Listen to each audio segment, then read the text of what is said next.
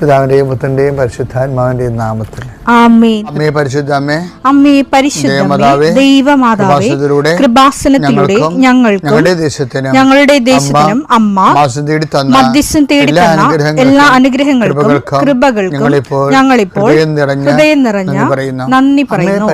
അമ്മേ പരിശുദ്ധമേ, ദൈവമാതാവേ, 2004 ഡിസംബർ 7 ഉച്ചകഴിഞ്ഞ് 2:30 കൃപാസനത്തിൽ സംഭവിച്ച അമ്മയുടെ പ്രത്യക്ഷപ്പെടലിനെക്കുറിച്ച് തിരുസഭയ്ക്ക് സമർപ്പിച്ചിരിക്കുന്ന പഠനരേഖകളുടെ മേൽ സഭാത്മകമായ പഠനം ആരംഭിക്കുവാൻ ഞങ്ങൾ പ്രാർത്ഥിക്കുന്നു.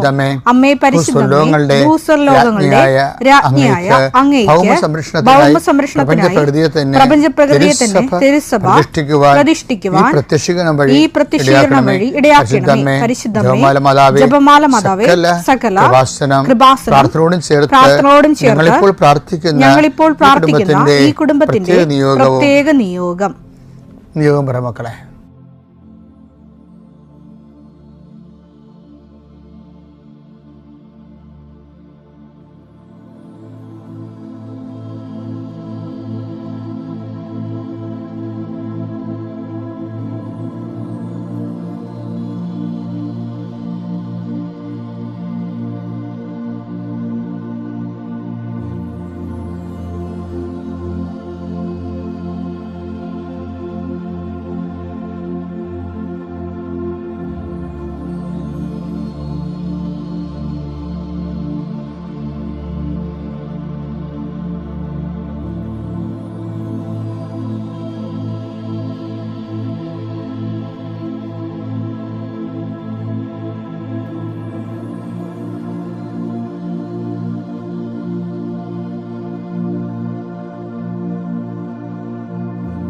അമ്മയുടെ പ്രത്യക്ഷീകരണത്തിന്റെ ഈ അനുഗ്രഹവേളയിൽ ഞങ്ങൾക്ക് സാധിച്ചു തരുവാൻ കനിയണമേ.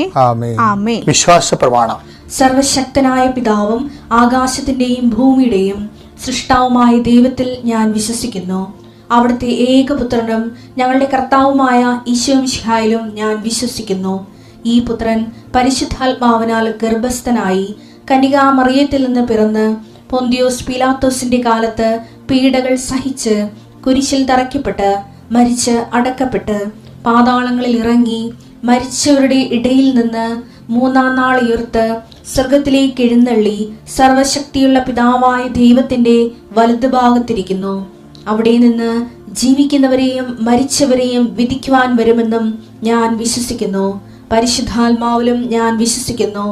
വിശുദ്ധ കത്തോലിക്കാ സഭയിലും പുണ്യവാന്മാരുടെ ഐക്യത്തിലും പാപങ്ങളുടെ മോചനത്തിലും ശരീരത്തിന്റെ ഉയർപ്പിലും നിത്യമായ ജീവിതത്തിലും ഞാൻ വിശ്വസിക്കുന്നു. ആമേൻ. സുഖസ്ഥനായ ഞങ്ങളുടെ പിതാവേ, അങ്ങയുടെ നാമം പൂജിതമാകണമേ. അങ്ങയുടെ രാജ്യം വരണമേ. അങ്ങയുടെ തിരുമനസ് സ്വർഗത്തിലെ പോലെ ഭൂമിയിലും ആകണമേ. അന്നു വേണ്ടുന്ന ആഹാരം ഇന്ന് ഞങ്ങൾക്ക് തരണമേ. ഞങ്ങളോട് തെറ്റ് ചെയ്യുന്നവരോട് ഞങ്ങൾ ക്ഷമിക്കുന്നത് പോലെ ഞങ്ങളുടെ തെറ്റുകൾ ഞങ്ങളോടും ക്ഷമിക്കണമേ. ഞങ്ങളെ പ്രലോഭനത്തിൽ ഉൾപ്പെടുത്തരുതേ, തിന്മയിൽ ഞങ്ങൾ രക്ഷിക്കണമേ. ആമേൻ. നന്മ നിറഞ്ഞ മറിയമേ, സ്വസ്തി. കർത്താവ് അങ്ങയുടെ കൂടെ സ്ത്രീകളിൽ അങ്ങ് അനുഗ്രഹിക്കപ്പെട്ടവളാകുന്നു. അങ്ങയുടെ ഉദരത്തിൻ ഫലമായി ഈശോ അനുഗ്രഹിക്കപ്പെട്ടവനാകുന്നു. പരിശുദ്ധ മറിയമേ, തമ്പുരാന്റെ അമ്മേ, പാപികളായ ഞങ്ങൾക്ക് വേണ്ടി ഇപ്പോഴും ഞങ്ങളുടെ മരണസമയത്തും തമ്പുരാനോട് അപേക്ഷിക്കണമേ. ആമേൻ. കർത്താവേ, നിന്റെ ഉന്നതമായ നാമത്തിന് സ്തോത്രം ചെയ്യുന്നു. കർത്താവേ, നിന്റെ വിശുദ്ധ പൗരോഹിത്യത്തെ മഹത്വപ്പെടുത്തണമേ. കർത്താവെ, സഭയിലുള്ള സാന്നിധ്യം ദൃഢമാക്കുന്ന 40 വർഷം ഞാൻ അർപ്പിച്ച കൃപാസന ജീവനോടെ പ്രത്യക്ഷപ്പെട്ട മാതാവിൻ്റെ സാന്നിധ്യം, ഈ കൃപാസനത്തിൽ വന്നിറങ്ങി പ്രാർത്ഥിച്ചു പോകുന്ന ലക്ഷോപലക്ഷം മനുഷ്യരുടെ പ്രാർത്ഥനയുടെ ശക്തിയാൽ ഞാൻ ഇന്നത്തെ ദിവസത്തെ എൻ്റെ മക്കളുടെ ആവശ്യങ്ങളെ കർത്താവിൻ്റെ ദൃശ്യം സമർപ്പിച്ചുകൊണ്ട് ആശീർവദിക്കുന്നു. കർത്താവെ, അങ്ങയുടെ മക്കളുടെ മേൽ നിൻ്റെ തിരുമുറുപാട് മരുന്നുകരം വെക്കണമേ. എൻ്റെ കർത്താവിൻ്റെ ഉന്നതമായ നാമത്തിൽ ശിരസിൻ്റെ രോഗങ്ങൾ,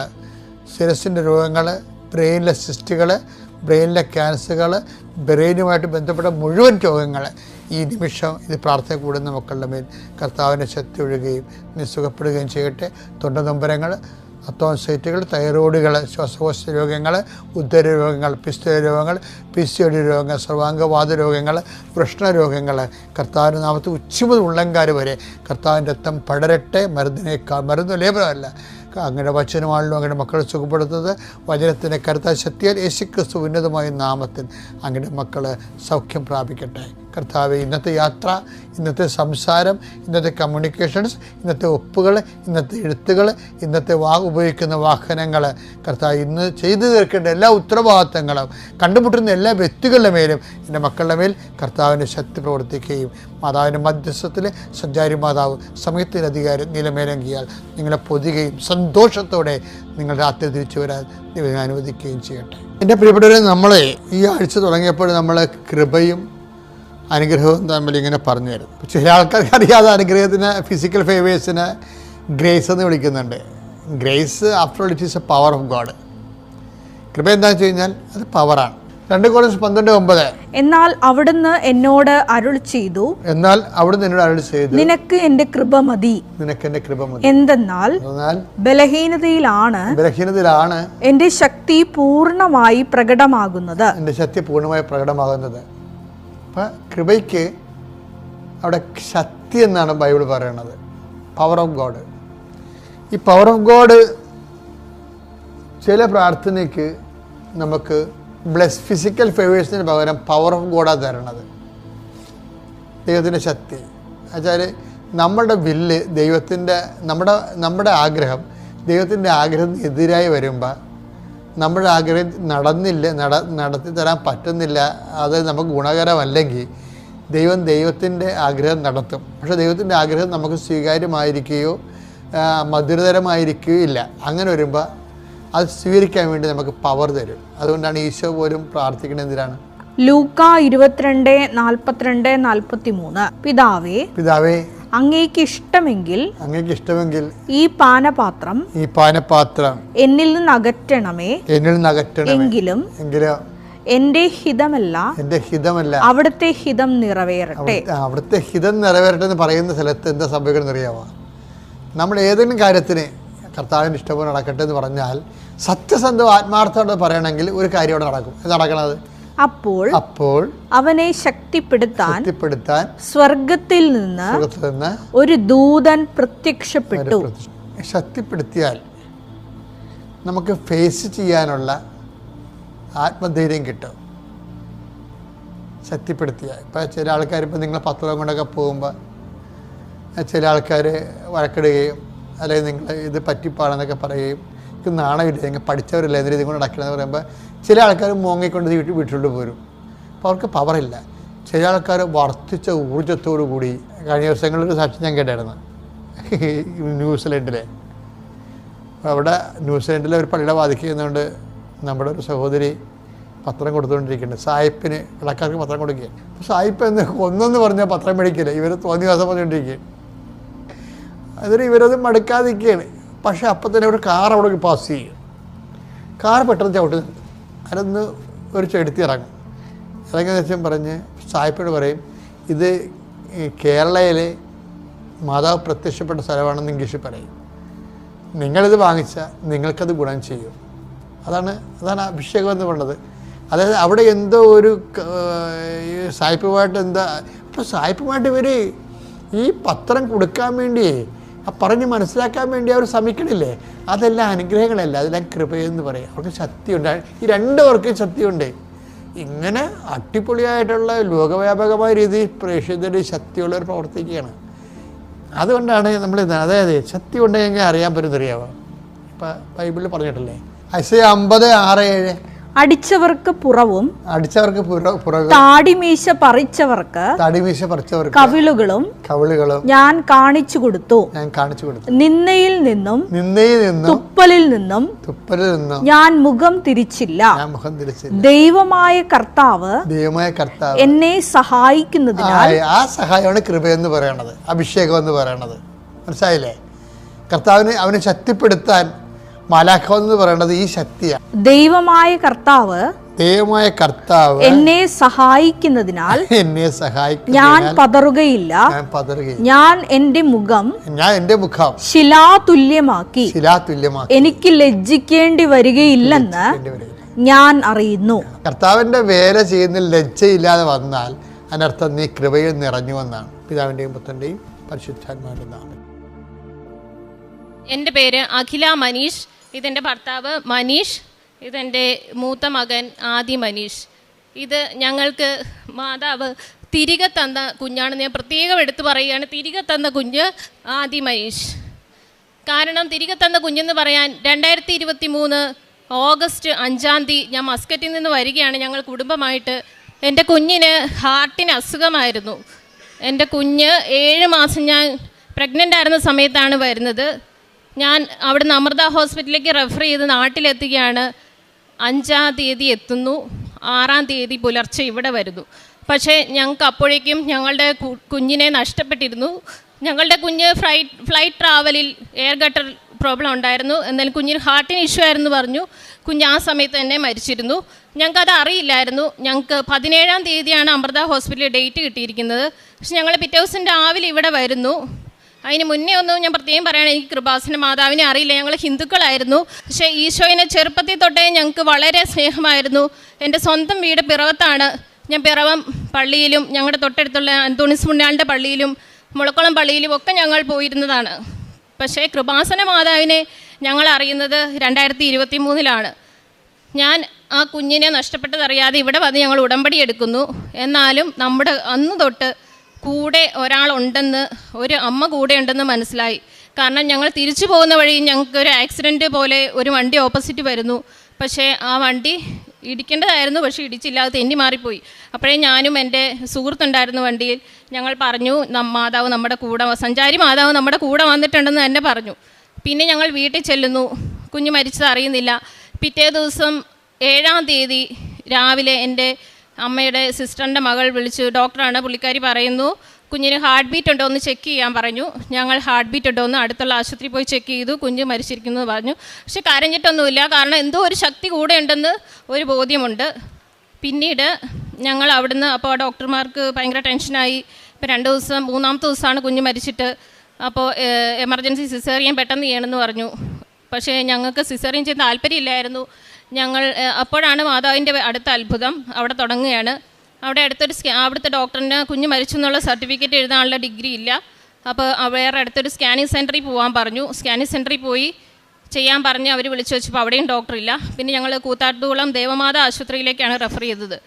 ആ ദേവമാത എന്ന പേര് തന്നെ മാതാവുണ്ട്. അപ്പം ഞങ്ങൾ അവിടെ ചെന്നു സർട്ടിഫിക്കറ്റ് വാങ്ങി. പക്ഷേ ഞങ്ങൾക്ക് അവിടെ ആ ടൈമിൽ ഡോക്ടറില്ല. പക്ഷെ മനസ്സിൽ തോന്നുവാണ് അവിടുത്തെ ഡോക്ടറോടൊന്ന് ചോദിക്കാൻ നമുക്ക് നോർമലായിട്ട് ഡെലിവറി ചെയ്യാൻ പറ്റുമെന്ന്. കാരണം എൻ്റെ ആദ്യത്തെ മോൻ അന്ന് 6 വർഷമായിരുന്നു.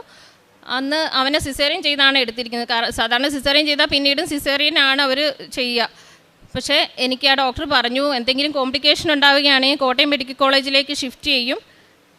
നമുക്ക് എന്തായാലും ഇന്ന് നോക്കാൻ പറ്റത്തില്ല, ഇന്നിനിപ്പോൾ രാത്രി ആവാറായി, നാളെ രാവിലെ നോക്കാം, അതായത് 4-ാമത്തെ ദിവസം നമുക്ക് ചെയ്യാമെന്ന് പറഞ്ഞു. 4-ാമത്തെ ദിവസം ഞങ്ങൾ അഡ്മിറ്റ് ആവുകയാണ്.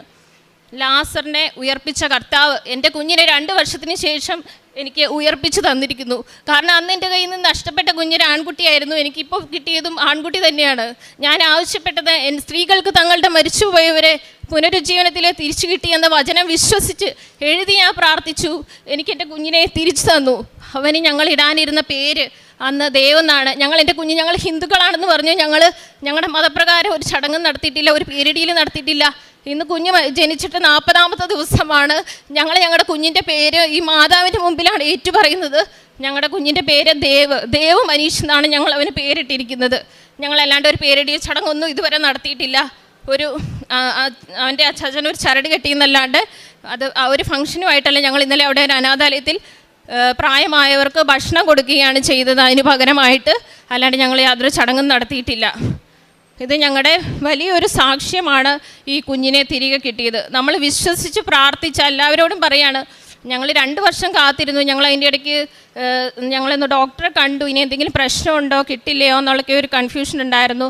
3 മാസത്തോളം സാധാരണ എല്ലാവർക്കും അറിയാം ഫോളിക് ആസിഡാണ് കൊടുക്കുക. 3 മാസം ഫോളിക് ആസിഡ് സ്കാനിങ് ഒക്കെ ചെയ്തു, എന്നിട്ടും ഞങ്ങൾക്കായില്ല. അപ്പം ഞാനിങ്ങനെ പ്രാർത്ഥിച്ചു, ഈശോയെ നിൻ്റെ ഹിതം എന്താണോ അത് നിറവേറട്ടെ. മാതാവ് ഈശോയിനെ ഗർഭം ധരിച്ചപ്പോൾ പറഞ്ഞ പോലെ തന്നെ ഞാൻ പറഞ്ഞു, നിൻ്റെ ഹിതം എന്താണോ ദൈവമേ അത് നിറവേറട്ടെ എന്ന് ഞാൻ പ്രാർത്ഥിച്ചു.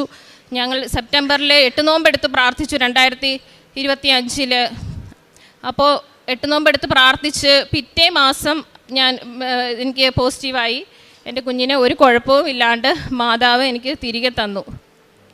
അടുത്തൊരു സാക്ഷി എന്ന് പറയുന്നത്, ഞങ്ങൾ മസ്കറ്റിൽ നിന്നാണ് വരുന്നതെന്ന് പറഞ്ഞു. എൻ്റെ ഭർത്താവ് അവിടെ ജോലി ചെയ്യാണ്, വർഷങ്ങളായിട്ട് അവിടെ ജോലി ചെയ്യുകയായിരുന്നു. അപ്പോൾ ഒരു ഒമാനി പാർട്ട്ണർ ഉണ്ടായിരുന്നു, പുള്ളി ഒരു കള്ളക്കേസ് കൊടുക്കുകയുണ്ടായി. ജോലി സംബന്ധമായിട്ട് പ്രൊജക്റ്റുകൾക്ക് വേണ്ടി പൈസ അയച്ചത് പ്രൊജക്റ്റുകൾക്ക് ഉപയോഗിച്ചില്ല എന്നും പറഞ്ഞാണ്. പക്ഷേ അദ്ദേഹം പ്രൊജക്റ്റുകൾക്ക് വേണ്ടി പൈസ ഒമാനി അയച്ചത് കൂടാണ്ട് എൻ്റെ കയ്യിലുള്ള ഗോൾഡും സാധനങ്ങളും ഒക്കെ വെച്ച് ഞങ്ങൾ സലാലയിലും മറ്റ് സ്ഥലങ്ങളിലൊക്കെ ഒരുപാട് പ്രൊജക്റ്റുകൾ ചെയ്തു. പക്ഷേ അതിൻ്റെ പേയ്മെൻറ്റുകളൊക്കെ വന്നത് ഒമാനിയുടെ അക്കൗണ്ടിലേക്കാണ്. അവസാനം പുള്ളി പേയ്മെൻറ്റുകൾ എടുത്തു എന്നല്ലാണ്ട് ഭർത്താവിന് ഒന്നും കൊടുത്തില്ല, കേസും കൊടുത്തു. പക്ഷേ എന്നിരുന്നാലും ഞങ്ങൾ വക്കീലിനെ ഒന്നും വെച്ചില്ല. മാതാവിനോട് നിരന്തരം പ്രാർത്ഥിച്ചു, ഈശോയെ ഞങ്ങളുടെ വക്കീലാക്കി ഞങ്ങൾ പ്രാർത്ഥിച്ചു, വചനങ്ങൾ വായിച്ചു എഴുതിയും പ്രാർത്ഥിച്ചു. ആ സമയത്ത് ഭർത്താവും ഇവിടെ വന്ന് ഉടമ്പടി എടുത്തു. ഞാനും ഉടമ്പടിയിലാണ് ജീവിക്കുന്നത്. ഭർത്താവും തീക്ഷ്ണമായി പ്രാർത്ഥിച്ചതിൻ്റെ ഫലമായിട്ട് ആ കേസ് തള്ളിപ്പോയത് വേറെ രീതിയിലാണ്. ആ ഒമാനി തന്നെ വന്ന് എൻ്റെ ഭർത്താവിനോട് ക്ഷമ ചോദിച്ചു, എനിക്കൊരു അബദ്ധം പറ്റിയതാണ്, ഞാൻ അങ്ങനെ ചെയ്യണമെന്ന് വിചാരിച്ചതല്ല, നീ എന്നെ സഹായിക്കണം, എൻ്റെ കമ്പനി വളരെ ദുരിതത്തിലാണ് പോണത്, എനിക്ക് വർക്കില്ല, നീ എന്നെ സഹായിക്കണമെന്ന് എൻ്റെ ഭർത്താവിനോട് ആവശ്യപ്പെടുകയും അദ്ദേഹം പിന്നെ കുറച്ച് വർക്കുകൾക്കൊക്കെ ഇദ്ദേഹം സഹായിക്കുകയും ചെയ്തിരുന്നു. നമ്മൾ ആരോടും ഒരു ദേഷ്യം വെച്ച് പുലർത്തുന്നില്ല, കാരണം നമ്മൾ ഉടമ്പടിയിലാണ് ജീവിക്കുന്നത്. ഞങ്ങൾ അയാളെ ശപിക്കാനോ പ്രാകാനോ ഒന്നും പോയിട്ടില്ല. എപ്പോഴും ഞങ്ങൾ അദ്ദേഹത്തിന് നല്ലത് തോന്നണമെന്ന് പ്രാർത്ഥിക്കുകയാണ് ചെയ്തിരുന്നത്. കൂടാണ്ട് ഞാൻ കല്യാണം കഴിഞ്ഞ ശേഷം ഞാൻ ജോലിക്ക് പോകുന്നില്ലായിരുന്നു. 8 വർഷത്തോളം ജോലിക്ക് പോകാണ്ടിരുന്നു. ഞാൻ നിയോഗം വെച്ചിട്ട് പോലുമില്ല. പക്ഷെ ഞങ്ങൾക്ക് ഒരുപാട് സാമ്പത്തിക കടങ്ങളും പ്രയാസങ്ങളും ഒക്കെ ഉണ്ടായിരുന്നു. കാരണം ഞങ്ങൾ കുറേ ദുരിതത്തിലൂടെയാണ് കടന്നു വന്നത്. കാരണം ഹസ്ബൻഡിൻ്റെ അമ്മയ്ക്ക് ക്യാൻസർ വന്നു, മരണപ്പെട്ടു. പിന്നെ അച്ഛന് ഹാർട്ട് അറ്റാക്ക് ആയിട്ട് ബ്ലോക്ക് ഉണ്ടായി, അതിൻ്റെ ചികിത്സാ കാര്യങ്ങൾ, പിന്നെ പാർട്ടീഷൻ കൊടുക്കേണ്ടി വന്നു. അങ്ങനെ കുറേ കാര്യങ്ങളുണ്ടായി. സാമ്പത്തികമായിട്ട് ഒരുപാട് തടസ്സങ്ങളുണ്ടായിരുന്നു. പക്ഷെ അവിടെ നിന്നൊക്കെ ദൈവം ഞങ്ങളെ ഒരുപാട് സംരക്ഷിച്ചു. ഇപ്പം ഞങ്ങൾക്ക് സ്വന്തമായിട്ട് എൻ്റെ ഭർത്താവിന് ഒരു കമ്പനി തുടങ്ങാൻ സാധിച്ചു. അതുപോലെ സ്വന്തമായിട്ടൊരു വാഹനം വാങ്ങിക്കാൻ സാധിച്ചു. പിന്നെ അതുപോലെ തന്നെ ഞങ്ങൾക്ക് ഫ്ലാറ്റ് കിട്ടിയെന്ന് വെച്ചാൽ അന്ന് ഞങ്ങൾ നാട്ടിൽ 2023 വരുന്ന സമയത്ത് ഞങ്ങൾ 9 മാസത്തോളം റെൻറ്റ് പെൻഡിങ് ഉണ്ടായിരുന്നു. റെൻറ്റ് എന്ന് പറയുമ്പോൾ നല്ലൊരു തുകയുണ്ടല്ലോ അവിടെ വരുന്നത്. പക്ഷേ ഞങ്ങൾക്ക് അവിടെ ചെന്നപ്പോൾ അത് അടയ്ക്കാനുള്ള മാർഗം കിട്ടുകയും നമ്മൾ അതുപോലെ കടം വാങ്ങിച്ചിരുന്ന പൈസ തിരികെ കൊടുക്കാൻ വേണ്ടി എന്ത് ചെയ്യും മാതാമേ എന്ന് പറഞ്ഞ് പ്രത്യക്ഷീകരണ പ്രാർത്ഥന ചൊല്ലി മാറി മൊബൈലിൽ നോക്കിയതും മെസ്സേജ് വരുന്നു, ഇത്ര എമൗണ്ട് ക്രെഡിറ്റായി. അത് വേറൊന്നുമല്ല, LICയുടെ ഒരു മണി ബാക്ക് പോളിസി ഞാൻ വർഷങ്ങളായി എടുത്തിട്ടിരുന്നത്. നമ്മൾ എന്താണ് സഹനത്തിൽ ഏർപ്പെട്ടിരുന്ന് പ്രാർത്ഥിക്കുന്നത്, ദൈവം ഉടനടി പരിഹാരം എന്ന് പറയുന്ന പോലെ എന്തെങ്കിലും നമുക്ക് ആ സമയത്ത് തന്നെ ഒരു വഴി കാണിച്ചു തരുമായിരുന്നു. അങ്ങനെ ആ പൈസ എനിക്ക് ഒന്നിച്ച് വാങ്ങിച്ചവർക്ക് തിരികെ കൊടുക്കാനായിട്ട് സാധിച്ചു. ഇന്നും എന്തെങ്കിലും പ്രയാസങ്ങൾ വരുമ്പോൾ ഞങ്ങൾക്ക് ഈ മാതാവ് അപ്പോൾ ഇടപെടുന്നുണ്ട്. എന്തെങ്കിലും ഈശോയിലും മാതാവിലും ഞങ്ങൾ മുറുകെ പിടിച്ച് പ്രാർത്ഥിക്കുന്നു. മസ്കറ്റിലാണെങ്കിലും ഞങ്ങൾ അവിടെ പള്ളിയിൽ പോയി കുറേ നേരം ഇരുന്ന് പ്രാർത്ഥിക്കാറുണ്ട്. ഞങ്ങൾക്ക് കുർബാന കൈക്കൊള്ളാൻ സാധിക്കാറില്ല.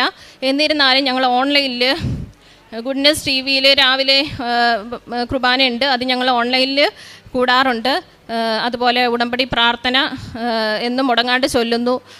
എല്ലാം ഞങ്ങൾ കൃത്യമായിട്ട് ചെയ്യുന്നു. പിന്നെ ഒരുപാട് രോഗസൗഖ്യങ്ങൾ ലഭിക്കുന്നുണ്ട്. മോന് തൊണ്ടയിലൊരു മുഴ പോലെ വന്നിരുന്നു, പല്ലിന് ഇൻഫെക്ഷനായിട്ട്. അത് ഞങ്ങൾ ആൻറ്റിബയോട്ടിക് കൊടുത്തിട്ടൊന്നും മാറിയില്ല.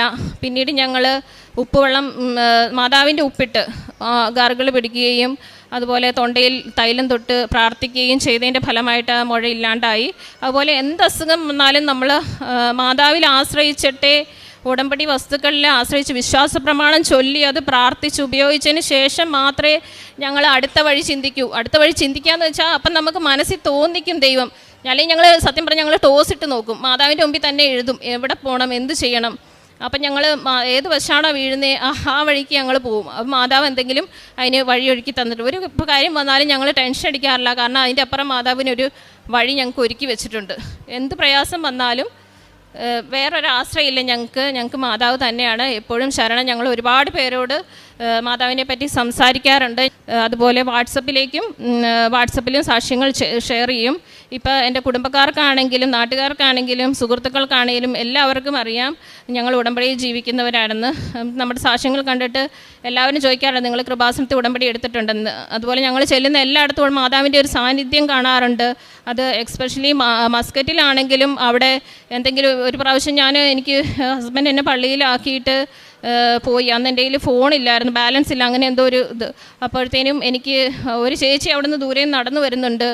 അപ്പോൾ കണ്ടപ്പോൾ തോന്നി മലയാളിയാന്ന്. എന്തായാലും ഫോണൊന്ന് ചോദിക്കാം, ഹസ്ബൻഡിനെ വിളിക്കാമെന്ന് ഓർത്ത് ആ ചേച്ചി ഫോൺ തന്നു. ഫോൺ തുറന്നതും മാതാവിൻ്റെ ഫോട്ടോയാണ് ആ ചേച്ചിയുടെ ഫോണിൻ്റെ ഇതിൽ വെച്ചിരിക്കുന്നത്. അതുപോലെ എവിടെ ചെന്നാലും ഞങ്ങൾക്കൊരു റണ്ണിങ് ഗ്രൂപ്പ് ഉണ്ടായിരുന്നു അവിടെ. അപ്പോൾ അവിടെയും ഞാൻ ഒരു ചേച്ചിയെ പരിചയപ്പെട്ടു. ആ ചേച്ചി ജസ്റ്റ് അവരുടെ ഫോൺ തുറന്നപ്പോഴും മാതാവ്, എന്ത് ഫംഗ്ഷന് ചെന്നാലും ഒരാളെങ്കിലും മാതാവിൻ്റെ അടയാളത്തിൽ കാണാണ്ടിരിക്കില്ല. അത് കാണുമ്പോൾ നമുക്ക് വളരെ ഒരു പോസിറ്റിവിറ്റിയാണ്. അതുപോലെ നമ്മൾ ആഴ്ചയിൽ കാത്തിരിക്കുന്നത്, നേരത്തെയൊക്കെ ഞായറാഴ്ച ആവാനായിരുന്നു, നാട്ടിലായിരുന്നപ്പോൾ ഒരു ഞായറാഴ്ച കിട്ടാം, നാളെ ഞായറാഴ്ചയാണല്ലോ, അതുപോലെയായിരുന്നു. പുറം രാജ്യത്താണെങ്കിൽ ആയി വെള്ളിയാഴ്ച, നാളെ അവധിയാണല്ലോ, അങ്ങനെ ചിന്തിക്കും. പക്ഷെ ഞങ്ങളൊക്കെ ഇന്ന് ചിന്തിക്കുന്നത് ചൊവ്വാഴ്ച ഒന്ന് എത്തിയാൽ മതി, ധ്യാനം ഒന്ന് കണ്ടാൽ മതി. ധ്യാനം കണ്ടില്ലെങ്കിൽ എന്തോ മരുന്ന് കഴിക്കാത്ത ഒരു വെപ്രാളാണ്. ധ്യാനം നമുക്ക് അത്രയും മുടക്കാൻ പറ്റത്തില്ല. ദിവസവും ജോസഫ് അച്ഛന് വേണ്ടി പ്രാർത്ഥിക്കും. ജോസഫ് അച്ഛൻ്റെ രാവിലത്തെ ഡെയിലി ബ്രെഡിലാണെങ്കിലും ജോസഫ് അച്ഛൻ്റെ സൗണ്ട് ഒന്ന് മാറി, എന്തോ കഫക്കെട്ടുണ്ട് അച്ഛന്, എന്തോ പ്രയാസമുണ്ടെന്ന് കാണുമ്പോൾ തന്നെ ഒരു ടെൻഷനാണ്. കാരണം അച്ഛന് ഒരാപത്തും വരാണ്ട് നിൽക്കണം, എന്നും ഉണ്ടാവണം. അതാണ് നമ്മുടെയൊക്കെ ആവശ്യം. ഈശോയുടെ മുട്ടിപ്പായിട്ട് പ്രാർത്ഥിക്കുന്നത്. അല്ലാണ്ട് സമ്പത്തോ പണമോ ഒന്നും ഞാൻ ആഗ്രഹിക്കുന്നില്ല. ഞങ്ങൾക്ക് എല്ലാം വീട് വേണം, എല്ലാം ഞങ്ങൾക്ക് വേണം ഒന്നേന്ന്. പക്ഷേ എന്നിരുന്നാലും 2 വർഷങ്ങളുടെ ഞങ്ങളുടെ ജീവിതത്തിൽ ഉണ്ടായ മാറ്റം എന്ന് പറഞ്ഞാൽ അത് പറഞ്ഞറിയിക്കാൻ പറ്റത്തില്ല, വലിയാക്കും. പക്ഷേ ഇന്ന് അങ്ങനെയല്ല. നമ്മളൊരു പാവപ്പെട്ട ഒരാൾ, ഒരു മനുഷ്യൻ അവിടെ ഇരിക്കുന്ന കണ്ടു കഴിഞ്ഞാൽ നമ്മൾ ചോദിക്കും, എന്ത് പറ്റി, എന്താണ് കാര്യം, നിങ്ങൾ മാതാവിനോട് പ്രാർത്ഥിക്ക്, കാശുരൂപമുണ്ടെങ്കിൽ കാശുരൂപം കൊടുക്കുക, അല്ലെങ്കിൽ നമ്മൾ പൈസ കൊടുത്ത് സഹായിക്കുക, ഭക്ഷണം കൊടുക്കുക. അങ്ങനെയുള്ള ഒരു മൈൻഡ് തന്നെ അങ്ങനെയായി. ഇൻസ്റ്റഗ്രാമിൽ ഒരുപാട് കുട്ടികളുടെ, അതുപോലെ ഒരുപാട് ആളുകളുടെയൊക്കെ വീഡിയോസും കാര്യങ്ങളും ഒക്കെ വരുന്നത്. ഇപ്പോൾ എല്ലാവർക്കും അറിയാം, ധ്രുവ് എന്ന് പറഞ്ഞ കൂത്താട്ടോളത്തുള്ള കുട്ടി, അതുപോലെ മിയ, അങ്ങനെയുള്ള കുട്ടികൾക്കൊക്കെ SMB 16 കോടിയോളം രൂപ വേണ്ടി വന്നു. ഞാൻ പൈസ എന്നെക്കൊണ്ടാവുന്നത് ഞാൻ സഹായിച്ചു. പിന്നെ ഞാൻ അതുപോലുള്ള സാക്ഷ്യങ്ങൾ നമുക്ക് അതുപോലുള്ള കാര്യങ്ങൾ നമുക്ക് വിട്ട് കളയാൻ പറ്റില്ല. ആർക്കും ഏത് നിമിഷവും അസുഖം വരാം. നമുക്കും മക്കളുള്ളതാണ്. അപ്പോൾ തന്നെ നമ്മളെക്കൊണ്ട് പറ്റുന്ന ചെറിയൊരു ഉപകാരമാണ് അത് ഷെയർ ചെയ്യുക, ഒരാളിലേക്ക് എത്തിക്കുക എന്നുള്ളത്. അത് ഞങ്ങളെക്കൊണ്ട് പറ്റുന്ന പോലെ ഞങ്ങൾ എല്ലാവർക്കും ഷെയർ ചെയ്ത് കൊടുത്തു. എന്തായാലും ഞങ്ങൾ മാത്രമല്ല, ഈ ലോകത്ത് പലരും ചെയ്തു. ആ കുഞ്ഞുങ്ങൾക്ക് ആ പൈസ കണ്ടെത്താൻ സാധിച്ചു. അതുപോലെ ഞാൻ പറയുകയാണെങ്കിൽ നമ്മൾ ഓരോരുത്തരും ഒരു വിഷമിക്കുന്ന ആളെ കണ്ടില്ല എന്ന് വെച്ച് പോവരുത്. അതെന്ന് പറഞ്ഞാൽ ദൈവം നമുക്ക് കാണിച്ചു തരുന്നതാണ് ഓരോരുത്തരും. നിനക്കത് ചെയ്യാൻ പറ്റും. നമ്മുടെ കയ്യിൽ 50 രൂപയുള്ളൂവെങ്കിലും നമ്മൾ അതിൽ നിന്ന് ഒരു 10 രൂപയെങ്കിലും നമ്മൾ കൊടുക്കാൻ തയ്യാറായാൽ നമ്മൾ ആര് കണ്ടില്ലെങ്കിലും ദൈവം അത് കാണുന്നുണ്ട്. അതിൻ്റെ ദിനങ്ങളിൽ ദൈവത്തിൻ്റെ മഹത്വം, ഭൂമിയിൽ ദൈവകൃപ ലഭിച്ചവർക്ക് സമാധാനം. ഞങ്ങൾക്ക് ദൈവകൃപ ലഭിച്ചെന്ന് ഞങ്ങൾക്ക് സമാധാനമുണ്ട്. ഞങ്ങൾക്ക് പണ്ട് സമാധാനം ഇല്ലായിരുന്നു, ഇപ്പോൾ സമാധാനം. അതെന്താണെന്ന് ഞങ്ങൾ അറിയുന്നുണ്ട്. സമാധാനം ഇല്ലാത്ത ഒരു ലൈഫ്, വീട്ടിൽ വഴക്ക്, പ്രശ്നങ്ങൾ, അല്ലെങ്കിൽ സാമ്പത്തിക ബുദ്ധിമുട്ടൊക്കെ വന്നു കഴിഞ്ഞാൽ എല്ലാവർക്കും പ്രശ്നമാണ്. അസുഖങ്ങൾ വന്നു കഴിഞ്ഞാൽ ഇപ്പം ഞങ്ങൾക്ക് അസുഖങ്ങൾ എല്ലാവർക്കും വരും. ഇപ്പോൾ പ്രാർത്ഥിച്ചാലും പലരും ഈ ഇൻസ്റ്റഗ്രാമിലൊക്കെ ഇതിലിടുന്ന കാണാറുണ്ട്. നിങ്ങൾ നിങ്ങളുടെ മാതാവ് എവിടെയായിരുന്നു ഇത്രയും നാൾ, കൊറോണ വന്നപ്പോൾ എവിടെയായിരുന്നു, മറ്റേ അസുഖം വന്നപ്പോൾ എവിടെയായിരുന്നു എന്നൊക്കെ എല്ലാവരും ചോദിക്കാറുണ്ട്. അസുഖങ്ങൾ എല്ലായിടത്തും വരും. പക്ഷെ അത് തരണം ചെയ്ത് മുന്നോട്ട് ജീവിക്കുമ്പോഴല്ലേ നമ്മളതിൽ വിജയിക്കുന്നത്. ഇതിൽ ചിലരോട് നമുക്ക് തർക്കിക്കാൻ പറ്റുന്നില്ല, പറഞ്ഞിട്ടും കാര്യമില്ല. പക്ഷേ ഞാൻ ഇൻസ്റ്റഗ്രാമിൽ കൃപാസനത്തെ പറ്റി ഇഷ്ടംപോലെ ആളുകൾ ഇപ്പോഴും കുറ്റം പറയുന്നുണ്ട്. അതിൽ ഈശോയിനെ ഇഷ്ടപ്പെടുന്നവരുണ്ട്. ചിലർ ക്രിസ്ത്യൻസിൽ തന്നെ മാതാവിന് ഇഷ്ടമല്ലാത്തവരും ഉണ്ട്. അപ്പോൾ പലരും പറയും, ഈശോയോട് നേരിട്ട് പ്രാർത്ഥിച്ചാൽ പോരെ, മാതാവ് എന്തിനാന്ന്. പക്ഷേ ഓരോരുത്തരുടെയും ഞാൻ പറയുകയാണെങ്കിൽ അനുഭവങ്ങളാണ്. അനുഭവം വരുമ്പം ഈ പറഞ്ഞവരൊക്കെ തന്നെ തിരികെ വരും. മാതാവ് നമുക്ക് വേണ്ടി, നമ്മളിപ്പോൾ ഒരാളോട് പറയാണ്, എടി നീ എനിക്ക് വേണ്ടി ഒന്ന് പ്രാർത്ഥിക്കണം കേട്ടോ എന്ന്. അതുപോലെ നമ്മൾ പറയില്ല, ഈ പറയുന്ന ഈശോയോട് പ്രാർത്ഥിക്കുന്നു എന്ന് പറയുന്നവരാണേലും അവരും പറയാറുണ്ട് അസുഖം വരുമ്പം, എടി നീ എനിക്കും കൂടെ പ്രാർത്ഥിക്കണം, എൻ്റെ കുഞ്ഞിന് വേണ്ടി പ്രാർത്ഥിക്കണം എന്നൊക്കെ. അപ്പം അതുപോലെ തന്നെയാണ് നമ്മൾ മാതാവിനോടും നമ്മൾ പറയുകയാണ്, അമ്മേ ഞങ്ങൾക്ക് വേണ്ടി അമ്മ ഈശോയോട് പ്രാർത്ഥിക്കണേന്ന്. അമ്മ പ്രാർത്ഥിക്കുമ്പോൾ അത് എന്തായാലും ഈശോ കേൾക്കാണ്ടിരിക്കത്തില്ലല്ലോ. ഹസ്ബൻഡിന് മൈഗ്രെയിൻ്റെ തലവേദന ഉണ്ടായിരുന്നു, അതും 15 വർഷമായിട്ട്. നാട്ടിൽ കൊറോണ സമയത്തൊക്കെ വരുമ്പോൾ തലവേദനയായിട്ട് ഛർദ്ദിച്ച് ആശുപത്രിയിൽ പോയി ഇഞ്ചക്ഷൻ എടുക്കാണ്ട് അത് മാറത്തില്ലായിരുന്നു. പക്ഷേങ്കിൽ ഇപ്പോൾ ഉടമ്പടി പുള്ളി 2024 ഉടമ്പടി എടുക്കുന്നത്. അതിൽ പിന്നെ ഇന്ന് വരെ തലവേദന വന്നിട്ടുണ്ട്. ചെറുതായിട്ട് ആർക്കാണേലും തലവേദന വരും, ജോബ്, പ്രഷർ, മറ്റു കാര്യങ്ങൾ, ഓട്ടം എല്ലാം കൊണ്ടും. ഒമാനിലൊക്കെ ഇപ്പം നല്ല ചൂടാണ്, ചുട്ടുപൊള്ളുന്ന ചൂട്.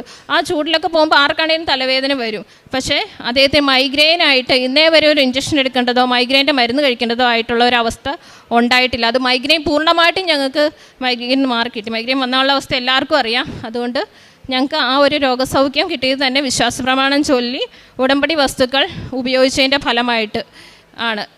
പിന്നെ കുഞ്ഞിന് ലഭിക്കാനായിട്ട് ഉടമ്പടി വസ്തുക്കൾ ഞങ്ങൾ നിരന്തരം ഉപയോഗിച്ചിരുന്നു, വചനങ്ങൾ എഴുതി പ്രാർത്ഥിച്ചിരുന്നു. എല്ലാം ചെയ്തതിൻ്റെ ഫലമായിട്ടാണ് ഞങ്ങൾക്ക് കുഞ്ഞിനെ ലഭിച്ചത്. കൃപാസന മാതാവിനും ഈശോയ്ക്കും 1000 നന്ദി. ഇനിയും അടുത്ത വർഷം ഞങ്ങൾ ഇനി നാട്ടിൽ വരണമെന്ന് കരുതുന്നു. അപ്പോഴും ഞങ്ങൾ സാക്ഷ്യം പറയാനായിട്ട് വരുമെന്ന് ഇപ്പോഴേ ഞങ്ങൾ മാതാവിന് നേർച്ച നേരുന്നു. താങ്ക് യു മാതാവേ. 39-ാം സങ്കീർത്തനം 5-ാം തിരുവചനം. മുൻപിലും പിൻപിലും അവിടുന്ന് എനിക്ക് കാവൽ നിൽക്കുന്നു. അവിടുത്തെ കരം എൻ്റെ മേലുണ്ട്.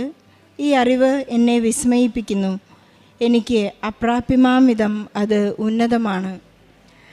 അഖില മനീഷ് എന്ന ഈ കുടുംബത്തിൻ്റെ വളരെ ശക്തവും തീക്ഷ്ണവും മനോഹരവുമായ ഈ പ്രത്യക്ഷീകരണ സാക്ഷ്യത്തിനെ ഈശോയ്ക്കും പരിശുദ്ധ അമ്മയ്ക്കും നാം നന്ദി പറയാൻ കടപ്പെട്ടിരിക്കുന്നു. ഉടമ്പടി എടുത്തത് മുതൽ അവരുടെ ജീവിതഭാരം ലഘൂകരിച്ചു കൊടുത്ത, ജീവിതഭാരം എല്ലാം തന്നെ മാറ്റിക്കൊടുത്ത് പരിശുദ്ധ അമ്മ ഇവർക്ക് വേണ്ടി മാധ്യസ്ഥം വഹിച്ച് ഈശോ ഇവരുടെ ജീവിതത്തിൽ വലിയ വലിയ അത്ഭുതങ്ങൾ ചെയ്തതിൻ്റെ ഒരു വലിയ വിവരണമായിരുന്നു അഖില മനീഷ് ഇവിടെ ഏറ്റുപറഞ്ഞത്. 7 മാസം പ്രായമുള്ള കുഞ്ഞ് വയറ്റിൽ കിടന്ന് നഷ്ടപ്പെട്ടത് അറിയാതെ അത് 4 ദിവസം കഴിഞ്ഞ് ഒരു സ്കാനിങ്ങിലൂടെ അറിഞ്ഞപ്പോൾ തന്നെ വളരെ ബാലൻസ്ഡോടുകൂടി പരിശുദ്ധ അമ്മ കുരിശിന് താഴെ നിന്നതുപോലെ വളരെ സ്ട്രോങ് ആയിട്ടുള്ള ഒരു സ്ത്രീയായി ഇന്ന് അഖില ഇവിടെ നിൽക്കുന്നത് പരിശുദ്ധ അമ്മയുടെ മധ്യസ്ഥതയുള്ള ഈശോ നൽകിയിട്ടുള്ള വലിയ അഭിഷേകത്തിൻ്റെ ശക്തിയാലാണെന്ന് ഇവർക്ക് ഏറ്റുപറയാനായിട്ട് സാധിക്കും. എല്ലാ കാര്യങ്ങളിലും പരിശുദ്ധ അമ്മയുടെ ഒരു കൈവെപ്പ് ഇവരുടെ ജീവിതത്തിൽ ഉടമ്പടി ചെയ്തത് മൂലമുണ്ടായി എന്ന് ഇവർ ഏറ്റുപറയുകയാണ്. എവിടെ ചെന്നാലും പരിശുദ്ധ അമ്മയുടെ വിശുദ്ധ കാശുരൂപമോ അല്ലെങ്കിൽ അമ്മയുടെ ഛായാചിത്രം അല്ലെങ്കിൽ ഉടമ്പടി ചെയ്തവരുമായിട്ടുള്ള സംഭാഷണം, ഇവിടുത്തെ കൃപാസനം പത്രിക, അങ്ങനെ എപ്പോഴും പരിശുദ്ധ അമ്മയുമായി ഈശോയിലേക്ക് ഒന്നു ചേരാനുള്ള ഒരു വലിയ അഭിഷേകം ഈ കുടുംബത്തിന് ലഭിച്ചിരിക്കുന്നതായി ഇവർ ഏറ്റുപറയുകയാണ്. ഏതെല്ലാം അപകടങ്ങളിൽ അവർ ചെന്നുപെട്ടു അപ്പോഴെല്ലാം മനീഷിനെ ഒരു കള്ളക്കേസിൽ പെടുത്തിയെങ്കിലും ആ ഒമാനി തന്നെ വന്ന് അവരോട് മാപ്പ് പറയുന്ന ഒരു സ്ഥിതിവിശേഷം ഉണ്ടാവുകയുണ്ടായി. അതിനാണ് ഈശോ നമുക്ക് വേണ്ടി വില കൊടുത്ത് കുരിശിൽ മരിച്ചതിൻ്റെ ഒരു വലിയ വിശേഷവിധിയായി ഇവർ ചെയ്തത്. ആ ക്ഷമ ചോദിച്ച വ്യക്തിയോട് ക്ഷമിക്കുകയും അതുപോലെ തന്നെ അവർക്കായുള്ള മറ്റ് സാമ്പത്തിക സഹായങ്ങൾ ചെയ്തു കൊടുക്കാനുള്ള വലിയ കൃപ അവർക്ക് ലഭിച്ചു എന്ന് ഇവരിവിടെ ഏറ്റുപറയാണ്. ശത്രുക്കളെ സ്നേഹിക്കുക എന്ന വളരെ വിശേഷവിധിയായി ഈശോ ചോദിക്കാൻ പോകുന്ന ചോദ്യം അതാണ്, വിശേഷവിധിയായി നിങ്ങൾ എന്ത് ചെയ്തു? ഇവർ ഓൾറെഡി അത് അവരുടെ ജീവൻ്റെ പുസ്തകത്തിൽ എഴുതി ചേർക്കപ്പെട്ടിട്ടുള്ള ഒരു വലിയ സാക്ഷ്യം നമുക്ക് മനസ്സിലാകാം. അതുപോലെ തന്നെ ഇവർ ഒരുപാട് കാര്യങ്ങൾ സാക്ഷ്യം കൗണ്ടറിൽ ഏറ്റുപറഞ്ഞെങ്കിലും വളരെ ടച്ച് ചെയ്തൊരു കാര്യം ഇതാണ്, ഇവരുടെ വീടിൻ്റെ ചാവി താക്കോൽ അവർക്ക് കിട്ടിയത് ഡിസംബർ 7, 2030 അവർക്ക് ചാവി കിട്ടിയതെന്ന് അഖില പറയാൻ വിട്ടുപോയതാണ്. അവർക്കത് വളരെ ഒരു അഭിഷേക സമയമായിട്ട് തോന്നി. അവർ ചെന്ന് കണ്ട ആ വീട്, അവർ താമസിക്കുന്ന വീട് ഇന്നൊരു ഗ്രേ കളറിലാണ്. എല്ലാം പരിശുദ്ധ അമ്മ തന്നെ നൽകിയ ഒരു കൈവെപ്പുള്ള അനുഭവ സാക്ഷ്യത്തിന് നമുക്ക് ഈശോയ്ക്കും നന്ദി പറയാം. അതുപോലെ തന്നെ ഇവരുടെ ജീവിതത്തിലുണ്ടാകുന്ന അസ്വസ്ഥതകളിലെ സൗഖ്യങ്ങൾ, 15 വർഷമായിട്ടുള്ള മനീഷിൻ്റെ മൈഗ്രെയിൻ, കുഞ്ഞിൻ്റെ ശരീരത്തിൽ വന്ന കുരുക്കൾ, അതുപോലെ അഖിലയ്ക്കും അങ്ങനെ ചില കുരുക്കൾ ശരീരത്തിൽ വന്ന എല്ലാം തന്നെ ഉടമ്പടി തൈലത്തിലൂടെ നേർച്ച വസ്തുക്കളിലൂടെയാണ് അവർ വിശ്വാസ പ്രമാണം ചൊല്ലി അക്രൈസ്തവരായ മക്കളാണ്. അതുപോലെ അഖില വളരെ പ്രോംപ്റ്റഡായി ഈശോയെ കളിയാക്കുന്നവരെ, ഈശോയെ കുറ്റം പറയുന്നവരെ, മാതാവ് എവിടെയായിരുന്നു, ഈശോ എവിടെയായിരുന്നു എന്നെല്ലാം നിരീശ്വരത്തിലൂടെ ചോദിക്കുന്നവർക്കെല്ലാം അഖിലയ്ക്ക് തൻ്റെ ജീവിതം തന്നെ സാക്ഷ്യമായിട്ട് പറയാനുള്ള വലിയൊരു അനുഗ്രഹം അവർക്ക് ലഭിച്ചിരിക്കുന്നു. ഒരു ദിവസം ബഹുമാനപ്പെട്ട ജോസഫ് അച്ഛൻ കുർബാന മധ്യേ നമ്മോട് പറയുകയുണ്ടായി, പത്രം കൊടുക്കുമ്പോൾ പത്രം വെറുതെ കൊടുക്കുന്നത് ഒരു പിച്ചള എന്ന ലോഹമാണ്, പറഞ്ഞു കൊടുക്കുന്നത് വെള്ളിയാണ്, സ്വന്തം അനുഭവം വിവരിച്ചു കൊടുക്കുന്നത് സ്വർണ്ണമാണ്. ഇന്ന് അഖിലയ്ക്കും മനീഷിനും ഒരു സ്വർണം കൊടുക്കുന്നത് പോലെ, ഈശോയ്ക്ക് സമ്മാനം കൊടുക്കുന്നത് പോലെയാണ്. ഈശോ ജനിച്ചപ്പോൾ സമ്മാനം കൊടുത്തത് പൂജ്യരാജാക്കൾ കൊടുത്തതുപോലെ വളരെ അമൂല്യമായി അവർ ചെയ്യുന്ന പ്രേക്ഷിത പ്രവർത്തനമാണ് അവർക്ക് ഏറ്റവും വലിയ വിശേഷവിധിയായി അവർ ചെയ്തുകൊണ്ടിരിക്കുന്നത്. ഈശോയ്ക്കും പരിശുദ്ധ അമ്മയ്ക്കും ഇവരുടെ സാക്ഷ്യത്തിന് വേണ്ടി നന്ദി പറയുന്നതോടൊപ്പം സമാനമായ ജീവിത പ്രതിസന്ധികളിലൂടെ പ്രവാസികളായി കഴിയുന്ന മക്കളുടെ എല്ലാ ജീവിത നിയോഗങ്ങളെയും ഈ സാക്ഷ്യത്തോട് ചേർത്ത് വെച്ച് ഈശോയ്ക്കും പരിശുദ്ധ അമ്മയ്ക്കും നല്ലൊരു കയ്യടി നൽകി. എൻ്റെ പേര് എൽസമ്മ ജീസൻ. ഞാൻ എരുമേലിയിൽ നിന്ന് വരുന്നു. ഇത് എൻ്റെ മോൻ അലൻ. ഞാൻ 2023 മെയ്യിലാണ് ആദ്യമായി ഉടമ്പടി എടുക്കുന്നത്. പല പ്രാവശ്യം ഇതുവഴി വന്നിട്ടുണ്ടെങ്കിലും കൃപാസനത്തെക്കുറിച്ച് ഒരുപാട് കേട്ടിട്ടുണ്ടെങ്കിലും പോകണമെന്ന് ആഗ്രഹമുണ്ടായിരുന്നു. പക്ഷേ ഒരിക്കലും എനിക്ക് സാധിക്കാറില്ലായിരുന്നു. പോകാനായിട്ട് എല്ലാം തയ്യാറായി വന്നാലും തക്ക സമയമാകുമ്പോൾ ഏതെങ്കിലും കാരണത്തിൽ മുടങ്ങിപ്പോകാറായിരുന്നു പതിവ്. അപ്പം അങ്ങനെ ഇരിക്കെ ഞങ്ങൾ സാമ്പത്തികമായിട്ട് ഒരുപാട് ബുദ്ധിമുട്ട് നിൽക്കുന്ന ഒരു കുടുംബമാണ്. അപ്പം ഒരിക്കൽ ഒരുപാട് പ്രശ്നങ്ങൾ നേരിട്ട് കഴിഞ്ഞപ്പോൾ എൻ്റെ ചേച്ചിയാണ് എന്നോട് പറഞ്ഞത്, നീ കൃപാസനത്തിൽ പോകും, അവിടെ വന്നാൽ നിൻ്റെ പ്രശ്നങ്ങൾക്കെല്ലാം. അപ്പോൾ എനിക്ക് വണ്ടിക്കൂലിക്ക് പൈസയില്ല എന്നൊക്കെ പറഞ്ഞുകൊണ്ട് ഞാൻ ഓരോ കാരണങ്ങൾ പറഞ്ഞ് ഞാൻ ഒഴിയുമായിരുന്നു ചെയ്യുന്നത്. അപ്പോൾ ചേച്ചി എന്നോട് പറഞ്ഞു, നിന്നെ ഞാൻ കൊണ്ടുപോയിക്കോളാം എന്ന് പറഞ്ഞ് ആദ്യമായിട്ട് എൻ്റെ ചേച്ചിയാണ് എന്നെ ഇവിടെ കൊണ്ടുവരുന്നത്. ഇവിടെ വന്ന് ഉടമ്പടി എടുത്തു പ്രാർത്ഥിച്ചു. ഞങ്ങൾ സ്വാഭാവികമായിട്ടും മാതാവിനോട് ഞാൻ പ്രാർത്ഥിക്കുന്ന മാതാവിൻ്റെ ഒരു ഭക്തിയാണ് ഞാൻ. യേശുവിനോടും പ്രാർത്ഥിക്കും, വിശ്വാസമുണ്ട്. അങ്ങനെ ഒരു ക്രിസ്ത്യാനിക്ക് വേണ്ടതായ വിശ്വാസത്തിലും പ്രാർത്ഥനയിലും ഒക്കെ വളർന്നു വരുന്ന ഒരു കുടുംബമായിരുന്നു ഞങ്ങളുടേത്. പക്ഷേ ഇവിടെ വന്ന് ഉടമ്പടി എടുത്ത ശേഷമാണ് പ്രാർത്ഥന എന്താണെന്നും യേശുവിനോടുള്ള എങ്ങനെ പ്രാർത്ഥിക്കണം എന്താണ് അതിന് കൂടുതൽ ആഴപ്പെട്ടത് ഇവിടെ വന്ന് ഉടമ്പടി എടുത്തതിന് ശേഷമായിരുന്നു പ്രാർത്ഥനാ ജീവിതത്തിലേക്ക് കൂടുതൽ ആഴപ്പെട്ടത്. അപ്പോൾ അങ്ങനെ ഇരിക്കുക ഉടമ്പടി എടുത്തു തിരിച്ചു പോയി കഴിഞ്ഞ് അത് ആദ്യമായിട്ട് ഒരു മാതാവിൻ്റെ ഒരു അനുഭവം എനിക്ക് കിട്ടിയതെന്ന് പറയാൻ, ഞാനും എൻ്റെ മൂത്ത മോനും കൂടെ ബൈക്കിൽ സഞ്ചരിച്ചുകൊണ്ടിരുന്നപ്പോൾ പെട്ടെന്ന് ഞങ്ങൾക്കൊരു ആക്സിഡൻ്റ് ഉണ്ടായി. ഞങ്ങളുടെ ബൈക്ക് പെട്ടെന്ന് മുന്നിൽ പോയ ഒരു വാഹനത്തിന് ചെന്നിടിച്ചു. ഞങ്ങൾ രണ്ടുപേരും റോഡിലേക്ക് തെറിച്ചു വീണു. ബൈക്ക് ഒരു സൈഡിലേക്ക് പോയി.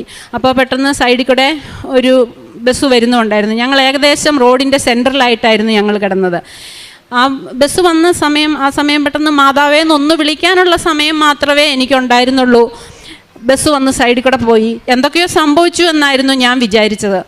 പക്ഷേ ആരൊക്കെയോ പെട്ടെന്ന് ഓടിക്കൂടി ഞങ്ങളെ പെട്ടെന്ന് എടുത്ത് അടുത്തുള്ളൊരു വീട്ടിലേക്ക് ആക്കുകയാണ് ആദ്യം ചെയ്തത്. അപ്പോൾ നോക്കിയപ്പം പെട്ടെന്ന് ഞങ്ങൾക്ക് വലിയ പരിക്കുകളൊന്നുമില്ല, ഒരിടത്തും രക്തം പൊടിഞ്ഞിട്ടില്ല എന്നൊക്കെ മനസ്സിലായി. എനിക്ക് ചെറുതായ പരിക്കുകളൊക്കെ ഉണ്ടായിരുന്നു, മോനൊന്നും സംഭവിച്ചിട്ടില്ലായിരുന്നു. അപ്പോൾ ആ വീട്ടിൽ ചെന്ന് കഴിഞ്ഞപ്പോഴത്തേന് ആ വീട്ടിലെ ചേച്ചി പെട്ടെന്ന് മാതാവിൻ്റെ തൈലം എടുത്തുകൊണ്ട് വന്ന് എൻ്റെ നെറ്റിയിൽ പുരട്ടി, മോൻ്റെയും നെറ്റിയിൽ പുരട്ടിയ ശേഷം ഒരു കാശുരൂപ എടുത്ത് ഞങ്ങളെ മുതിച്ചു. അപ്പോൾ പെട്ടെന്ന് ഞാൻ പറഞ്ഞു, ഞാൻ കൃപാസനത്തിൽ പോയിരുന്നു, ഉടമ്പടി എടുത്തിട്ടുണ്ട്, ഞങ്ങൾക്കും ഇതൊക്കെ കിട്ടിയിരുന്നെന്ന് പറഞ്ഞു.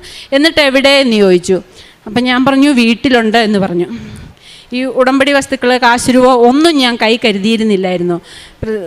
ഇതായി പറഞ്ഞാൽ ഇത് എങ്ങനെ ഉപയോഗിക്കണമെന്നോ ഉടമ്പടി വസ്തുക്കൾ എങ്ങനെ ഉപയോഗിക്കണമെന്നോ എങ്ങനെ പ്രാർത്ഥിക്കണമെന്നോ കൂടുതലായിട്ടൊന്നും മനസ്സിലാക്കാതെ ആയിരുന്നു ഞാൻ ഉടമ്പടി എടുത്ത് ഇവിടുന്ന് പോയത്. എങ്കിലും മാതാവ് ആ അപകടമുണ്ടായ സമയത്ത് നമ്മളെ രക്ഷിച്ചു. അതായിരുന്നു എനിക്ക് ആദ്യം കിട്ടിയ അനുഭവം. പിന്നീട് എനിക്ക് ഉണ്ടായ സാക്ഷ്യം പറയാനുള്ള എന്തെന്ന് വെച്ച് കഴിഞ്ഞാൽ, ഞാൻ നേഴ്സിങ് ഫിസിയോതെറാപ്പി ഒക്കെ പാസ്സായ ആളാണ്. പക്ഷേ എൻ്റെ സർട്ടിഫിക്കറ്റുകൾ SSLC ബുക്കടക്കം എൻ്റെ സർട്ടിഫിക്കറ്റുകളെല്ലാം എനിക്ക് നഷ്ടമായി പോയിരുന്നു. അങ്ങനെ വന്നു കഴിഞ്ഞപ്പോൾ സാമ്പത്തിക ബുദ്ധിമുട്ടുകളും എല്ലാം വന്നു കഴിഞ്ഞപ്പോഴാണ് രണ്ടാമതൊരു ജോലി കിട്ടുന്നതിനെക്കുറിച്ച് ഞാൻ ആലോചിക്കുന്നതും ഇതിനെക്കുറിച്ച്. അപ്പോൾ സർട്ടിഫിക്കറ്റുകൾ നഷ്ടമായ സ്ഥിതിക്ക് ഞാൻ ഇനിയും ജോലിക്ക് പോകാനായിട്ട് ശ്രമിച്ചാലോ അതൊട്ടും നടക്കില്ലല്ലോ. അപ്പം അങ്ങനെ ഇരുന്ന് കഴിഞ്ഞപ്പോൾ എൻ്റെ മോൻ പറഞ്ഞു, അമ്മേ നമ്മളേക്കാൾ ഉടമ്പടി എടുത്തതല്ലേ, നമുക്ക് പ്രാർത്ഥിച്ച അമ്മയ്ക്ക് ഏകദേശം ഒരു അറിവ് വെച്ച് ആ സ്ഥലത്തൂടെ എല്ലാം നമുക്കൊന്ന് തപ്പാം എന്ന് പറഞ്ഞു.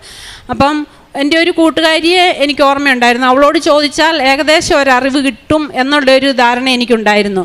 പക്ഷേ ആ കൂട്ടുകാരി കുറച്ച് കാലം വിവരം ഉണ്ടായിരുന്നു. അത് കഴിഞ്ഞിട്ട് പിന്നീട് അറിഞ്ഞു ആ കൂട്ടുകാരിക്ക് ക്യാൻസറാണ്, അവൾ അവിടെങ്ങും ഇല്ല എന്നുള്ള ഒരു അറിവ് കിട്ടി. പിന്നെ ഞാൻ അതിനെക്കുറിച്ച് അന്വേഷിച്ചില്ല. അങ്ങനെ 18 വർഷമാണ് എൻ്റെ മുന്നിൽ മിസ്സായത്.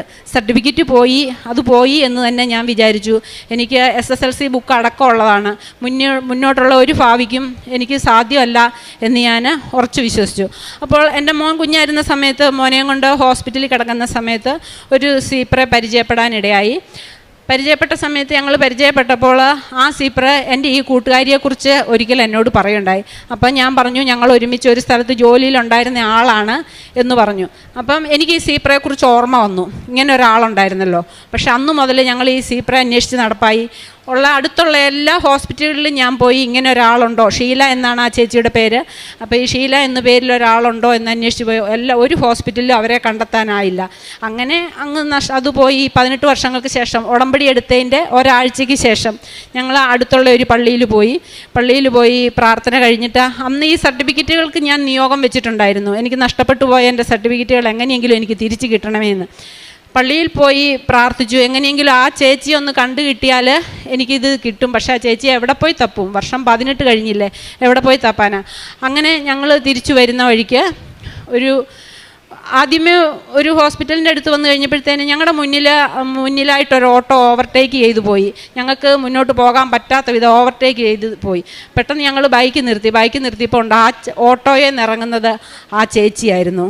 18 വർഷങ്ങൾക്ക് ശേഷം ഞാൻ മാതാവിനോട് പ്രാർത്ഥിച്ചിട്ട് തിരിച്ചു വന്ന ശേഷം ആ ചേച്ചിയെ വീണ്ടും പെട്ടെന്ന് അന്നേരം കണ്ടുമുട്ടുമായിരുന്നു. മാതാവ് എൻ്റെ മുന്നിൽ ആ ചേച്ചിയെ കൊണ്ടുവന്ന് തരികയായിരുന്നു.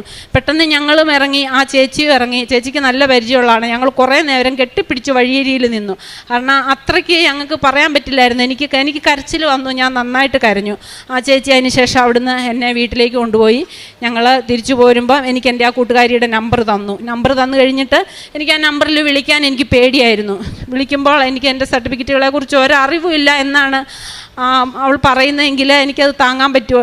അങ്ങനെ ഓർത്ത് ഞാൻ വിളിക്കാതിരുന്നു. അവസാനം ഞാൻ ബൈബിൾ എടുത്ത് വായിച്ചു. ബൈബിൾ വായിച്ച ശേഷം ഞാൻ ആ കൂട്ടുകാരിയെ വിളിച്ചപ്പം പറഞ്ഞു, നിൻ്റെ സർട്ടിഫിക്കറ്റുകളെല്ലാം എൻ്റെ അടുത്ത് ഭദ്രമായിട്ടിരിപ്പുണ്ട്. നീ സ്ഥാപനത്തിൽ നിന്ന് പോന്നു കഴിഞ്ഞു, തിരിച്ച് സ്ഥാപനം വേറൊരു ട്രസ്റ്റ് ഏറ്റെടുത്തു. അങ്ങനെ വന്നു കഴിഞ്ഞപ്പം പഴയ ആൾക്കാരും പഴയ സർട്ടിഫിക്കറ്റുകളും എല്ലാം അവരൊഴിവാക്കി പുതിയ സ്റ്റാഫിനെ എല്ലാമാണ് എടുത്തിരിക്കുന്നത്. അങ്ങനെയാണ് നമ്മൾ കുറേ പേരുടെ സർട്ടിഫിക്കറ്റുകളും എല്ലാം കുറേ പേർക്ക് മിസ്സായിട്ടുണ്ട്, കൊടുത്തിട്ടില്ല. അങ്ങനെയാണ്. പക്ഷേ നിൻ്റേത് സർട്ടിഫിക്കറ്റുകൾ എൻ്റെ കയ്യിലുണ്ട് എന്നവൾ പറഞ്ഞു. പിന്നെ ഞാനും മോനും കൂടെ പോയി ആ സർട്ടിഫിക്കറ്റുകൾ വാങ്ങി കൊണ്ടുവന്നു. ഞാൻ എന്നാണേലും സർട്ടിഫിക്കറ്റ് കിട്ടിയതിന് ശേഷം ഒരു ജോലിയിൽ പ്രവേശിച്ചു. ഇന്ന് ഞാൻ ആ ജോലി ചെയ്യുന്നുണ്ട്. മാതാവ് എനിക്ക് തന്ന ഏറ്റവും വലിയൊരു അനുഗ്രഹമായിരുന്നു. 18 വർഷങ്ങൾക്ക് ശേഷം നഷ്ടപ്പെട്ടു പോയ ആ സർട്ടിഫിക്കറ്റുകളെല്ലാം തിരിച്ചു തന്ന് ഇന്ന് ഞാൻ ജോലിയിൽ തുടരുന്നു എന്നുള്ളത് എൻ്റെ ഏറ്റവും വലിയൊരു സാക്ഷ്യമാണ്. പിന്നെ എനിക്ക് പറയാനുള്ളത് ഇതിൻ്റെ ഇടയിലായിട്ടുള്ള കാര്യമാണ്. ഇത് എൻ്റെ മോന് അലൻ, ഇവന് പ്ലസ് ടുവിന് പഠിച്ചുകൊണ്ടിരുന്ന സമയത്താണ്. അപ്പോൾ ഈ ജോലി എനിക്ക് കിട്ടുന്നതിന് മുന്നേ ആണത്. ആ സമയത്ത് സാമ്പത്തിക ബുദ്ധിമുട്ട് വളരെയേറെ നന്നായിട്ട് ബസ് കൂലി കൊടുക്കാൻ പോലും പൈസ ഇല്ലാതെ കഷ്ടപ്പെടുന്ന ഒരവസരത്തിലായിരുന്നു. ഇവനാണെങ്കിൽ സാമാന്യം നല്ല ഉഴപ്പുണ്ടായിരുന്നു. ഉഴപ്പെന്ന് പറഞ്ഞാൽ ക്ലാസ്സിൽ പോകാൻ കൂട്ടാക്കാതിരിക്കുക, പഠിക്കാതിരിക്കുക, രാവിലെ എണീക്കാതിരിക്കുക, അങ്ങനെയുള്ള സർവ്വ ഗുരുത്തക്കേടുകളും കയ്യിലുണ്ടായിരുന്നു. ആ സമയത്തെല്ലാം ഞാൻ മാതാവിനോട് ശക്തമായിട്ട് പ്രാർത്ഥിക്കും. ഒരു ദിവസം പോകാനായിട്ട് ഇറങ്ങിയപ്പോൾ ബസ് ഫെയർ കൊടുക്കാനായിട്ട് പൈസ ഇല്ല വന്നപ്പോൾ ഞാൻ അടുത്ത വീട്ടിലെ ഒരു കുട്ടിയോട് ഞാൻ ചില്ലറ പൈസ, അവൻ കുടുക്കയിൽ സൂക്ഷിച്ചിരുന്ന പൈസ വാങ്ങിയിട്ടാണ് ഞാൻ ഇവന് ബസ് ഫെയർ കൊടുക്കാൻ വേണ്ടിയിട്ട് പൈസയുമായിട്ട് ഇവൻ്റെ അടുത്ത് കൊണ്ടുവന്നപ്പോൾ അവനത് ഇഷ്ടപ്പെട്ടില്ല. അവൻ ആ പൈസ എടുക്കാതെ അവൻ അവിടെ വെച്ചിട്ട് അവൻ പോയി കഴിഞ്ഞപ്പോൾ എനിക്ക് വളരെയേറെ സങ്കടം തോന്നി. ഞാനന്ന് മാതാവിൻ്റെ മുന്നിൽ, അപ്പം ഞാൻ ഉടമ്പടി എടുത്ത് കഴിഞ്ഞ സമയത്താണ്, മാതാവിൻ്റെ മുന്നിലിരുന്ന് ഞാൻ ഒരുപാട് കരഞ്ഞു. ഒത്തിരി എനിക്ക് സങ്കടം സഹിക്കാനാവാതെ വന്നു. അങ്ങനെ ഒരുപാട് കരഞ്ഞ ശേഷം ഞാൻ അടുത്ത വീട്ടിൽ നിന്ന് ഒരു 100 രൂപ വാങ്ങി ഞാൻ എപ്പോഴും പോകാറുള്ള, സങ്കടം വരുമ്പോൾ ഓടിപ്പോകാറുള്ള മാതാവിൻ്റെ ഒരു പള്ളിയുണ്ട്, ഞങ്ങളുടെ കാഞ്ഞിരപ്പള്ളി, പഴയ പള്ളി, അക്കരപ്പള്ളി എന്ന് ഞങ്ങൾ പറയും. ആ പള്ളിയുണ്ട്. അവിടെ പോയി മാതാവിനോട് ഒത്തിരി സങ്കടം പറഞ്ഞിട്ട് മാതാവിനോട് ഞാൻ പറഞ്ഞു, എനിക്കിവനെ +2 മൊത്തം ഒന്ന് പഠിപ്പിച്ചെടുക്കാൻ, അവന് വണ്ടിക്കൂലി കൊടുക്കാനുള്ള പൈസ മാത്രം മതി, കൂടുതലൊന്നും വേണ്ട. അതിനുള്ള ഒരു വരുമാനം എനിക്ക് സംഘടിപ്പിച്ച് തരണം. അതിനുള്ള ഒരു വരുമാനത്തിനുള്ള എന്ത് ജോലി ആയാലും വേണ്ടുകയില്ല. അപ്പോൾ എനിക്ക് ആദ്യം പറഞ്ഞ ജോലി കിട്ടുന്നതിന് മുന്നേ ആയിരുന്നു. എന്ത് ജോലി ആയാലും വേണ്ടുകയില്ല, എനിക്കത് സാറിനൊന്ന് ഞാൻ മാതാവിനോട് കരഞ്ഞു പ്രാർത്ഥിച്ചു. അവിടെ നിന്ന് കരഞ്ഞു പ്രാർത്ഥിച്ച്, സാധാരണ എന്ന് ഞങ്ങൾ ഈ പള്ളിയിൽ വന്നിട്ട് പോകാറുള്ള ഒരു ബസ്സുണ്ടായിരുന്നു. പ്രാർത്ഥന കഴിഞ്ഞ് എഴുന്നേറ്റ് ചെല്ലുമ്പോൾ എനിക്ക് ആ ബസ് മിസ്സായിപ്പോയി.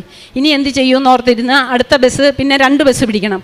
അടുത്ത ബസ്സിന് കയറി സ്റ്റാൻഡിൽ ചെന്നപ്പോൾ എൻ്റെ ഒരു പഴയൊരു കൂട്ടുകാരിയെ കണ്ടു. ആ കൂട്ടുകാരി ഒരു ആയുർവേദ ഡോക്ടറാണ്. അപ്പോൾ അവൾ എന്നോട് ചോദിച്ചു, ചേച്ചി എന്ത് ചെയ്യുന്നു എന്ന് ചോദിച്ചു.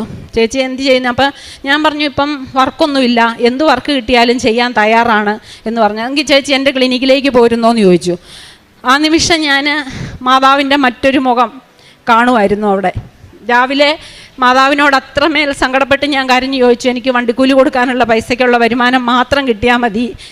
വൈകുന്നേരം മണിക്കൂറുകൾ കഴിയുന്നതിന് മുന്നേ മാതാവ് എനിക്ക് അതിനുടൻ പരിഹാരം ഉണ്ടാക്കി തന്നു. പിറ്റേ ദിവസം രാവിലെ 10 മണിയാകുമ്പോഴത്തേനും ക്ലിനിക്കിലേക്ക് വരാൻ പറഞ്ഞു.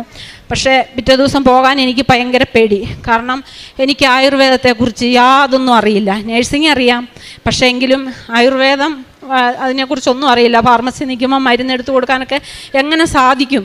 പക്ഷേ ഇത് എന്താ ചെയ്യുക, ഇൻ്റർവ്യൂവിൻ്റെ സമയത്ത് എന്ത് ചെയ്യും എന്ന് ഞാൻ പേടിച്ചു പോയി. അവിടെ ക്ലിനിക്കിന് അടുത്ത് എത്താറായപ്പോൾ ഞാൻ പ്രാർത്ഥിച്ചു, പരിശുദ്ധാത്മാവേ എന്താണ് പറയേണ്ടതെന്ന് എനിക്ക് പറഞ്ഞു തരണേ എന്ന് പ്രാർത്ഥിച്ചിട്ട് ഞാൻ കയറി. എന്നോടൊന്നും ചോദിച്ചില്ല. എന്നോട് ചോദിച്ചു എന്താണ് ക്വാളിഫിക്കേഷൻ ഉള്ളതെന്ന് ചോദിച്ചു. നേഴ്സിംഗ് പഠിച്ചിട്ടുണ്ടല്ലേ, എന്നാൽ പിന്നെ ഇവിടെ നിൽക്കാൻ എളുപ്പമുണ്ടല്ലോ, അത്രയും മാത്രമേ എന്നോട് ചോദിച്ചുള്ളൂ. ഞാൻ അന്ന് മുതൽ ആ സ്ഥാപനത്തിൽ ജോലിക്കായിട്ട് കയറി. അന്ന് തന്നെ പേഷ്യൻ്റ് വന്നു കഴിഞ്ഞപ്പം എൻ്റെ കയ്യിൽ ഒരു ചീട്ട് കൊണ്ടുവന്ന് തരികയായിരുന്നു. ചീട്ട് കൊണ്ടുവന്ന് വന്നപ്പോൾ ഞാൻ അതൊന്ന് നോക്കിയിട്ട് ആകെപ്പാടെ ഒന്നും ചെയ്യാൻ വയ്യാത്തൊരവസ്ഥയിൽ ഞാൻ നിൽക്കുക. എനിക്കൊന്നും അറിയില്ല, മരുന്ന് എവിടെ ഇരിക്കുന്നെന്നോ ഇതെന്താണെന്നോ ശരിക്കും വായിക്കാൻ പോലും കിട്ടുന്നില്ല. സംസ്കൃതമാണത്. ഇംഗ്ലീഷിൽ സംസ്കൃതം അങ്ങനെ ആക്കിയിരിക്കുന്നതാണ്. നാവിന് വഴങ്ങുന്നില്ല വായിക്കാൻ നോക്കിയപ്പോൾ. അപ്പോൾ ഒരു തരത്തിൽ വായിച്ചെടുത്തിട്ട് മരുന്ന് നോക്കിയപ്പം എനിക്ക് കിട്ടുന്നില്ല. അത് ഇവിടുത്തെ ആദ്യത്തെ റാക്കിൽ നോക്കി, രണ്ടാമത്തെ റാക്കിൽ നോക്കി, അങ്ങനെ കൈ തട്ടി ഇങ്ങനെ റാക്ക് വഴി തപ്പിപ്പോകുന്ന അവസരത്തിൽ എൻ്റെ കൈ തട്ടി ഒരു ബോക്സ് താഴെ വീണു. ഞാൻ ആ ബോക്സ് മൈൻഡ് ചെയ്യാതെ അടുത്ത റാക്കിലേക്ക് പോയി.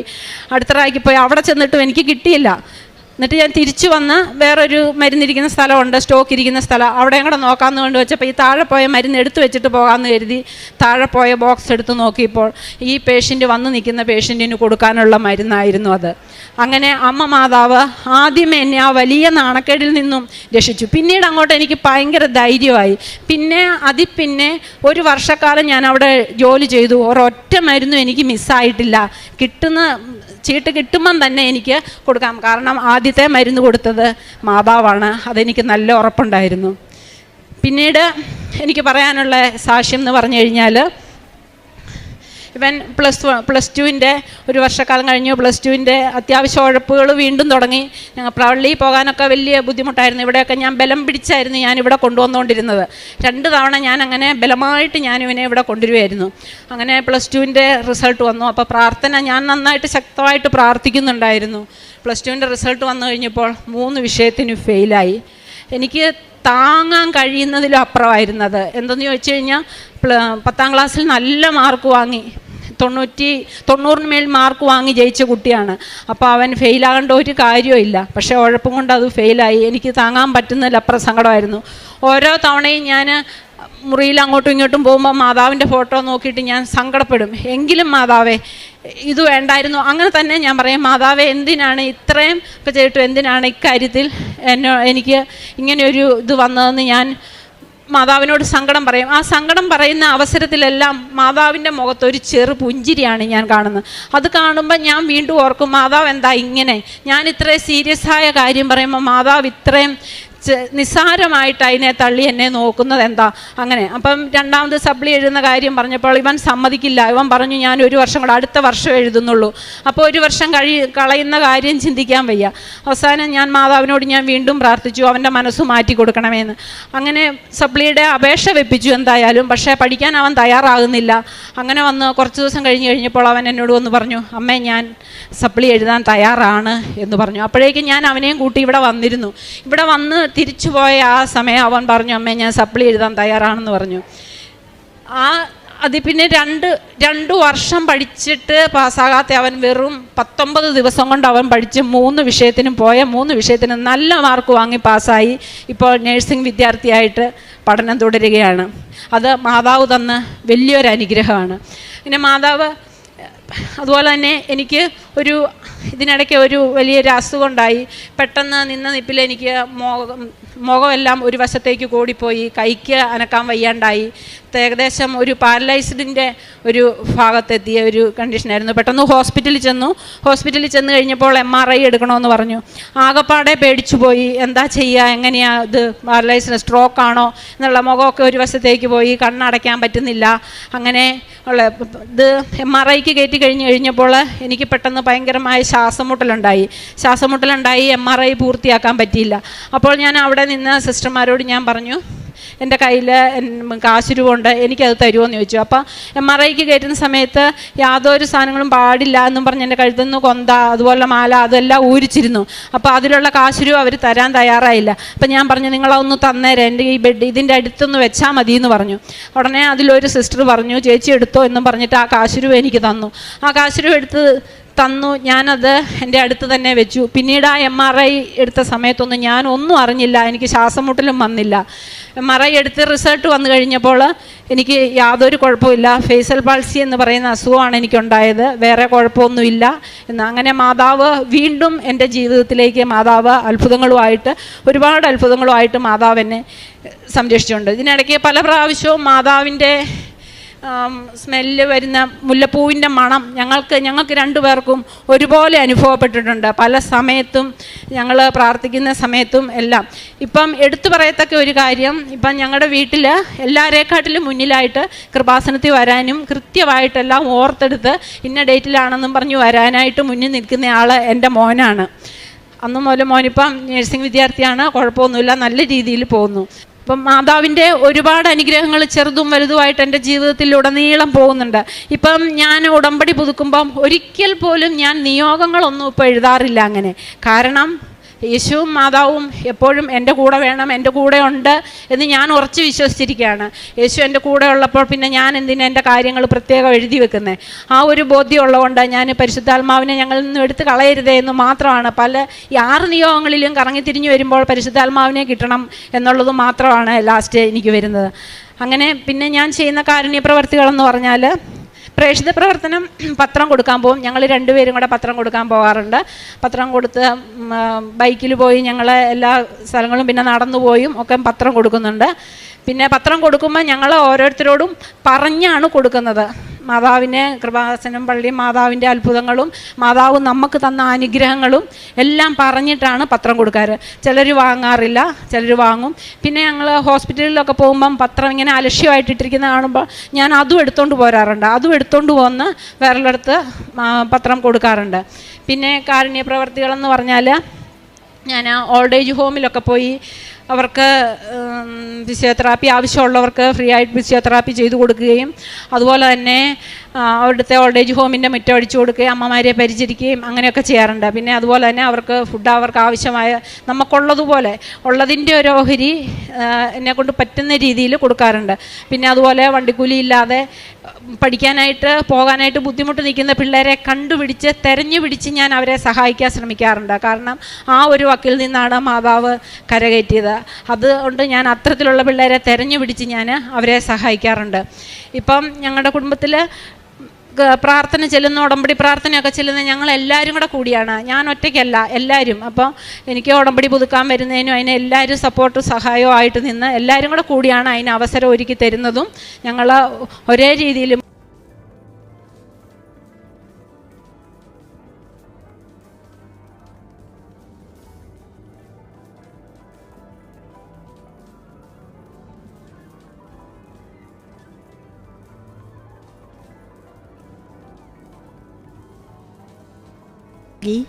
അവിടുത്തെ വലത്തുകൈ എന്നെ താങ്ങി നിർത്തി, അവിടുത്തെ വാത്സല്യം എന്നെ വലിയവനാക്കി.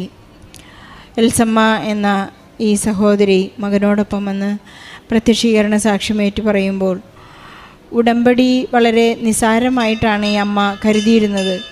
കാരണം ഉടമ്പടി കാശുരൂപത്തിൻ്റെയോ നേർച്ച വസ്തുക്കളുടെയോ ഉപയോഗം കൃത്യമായി അറിയാതെ എന്തുകൊണ്ടോ അവിടെ ആദ്യമായി നാം കേൾക്കുന്ന ഉടമ്പടി ക്ലാസ് പലരും സീരിയസ് അല്ല എന്ന് മറ്റുള്ള ധ്യാനങ്ങൾ കേൾക്കുന്നത് പോലെ ഇരുന്ന് കേൾക്കുന്നത് കൊണ്ട് ചില കാര്യങ്ങളുടെ എല്ലാം സീരിയസ്നെസ് മനസ്സിലാകാതെ പോയതുകൊണ്ടാണ് ആദ്യത്തെ ഇൻസെൻറ്റീവ് ഗിഫ്റ്റ് അമ്മയ്ക്ക് കിട്ടിയത്, എൽസമ്മയ്ക്ക് കിട്ടിയത്.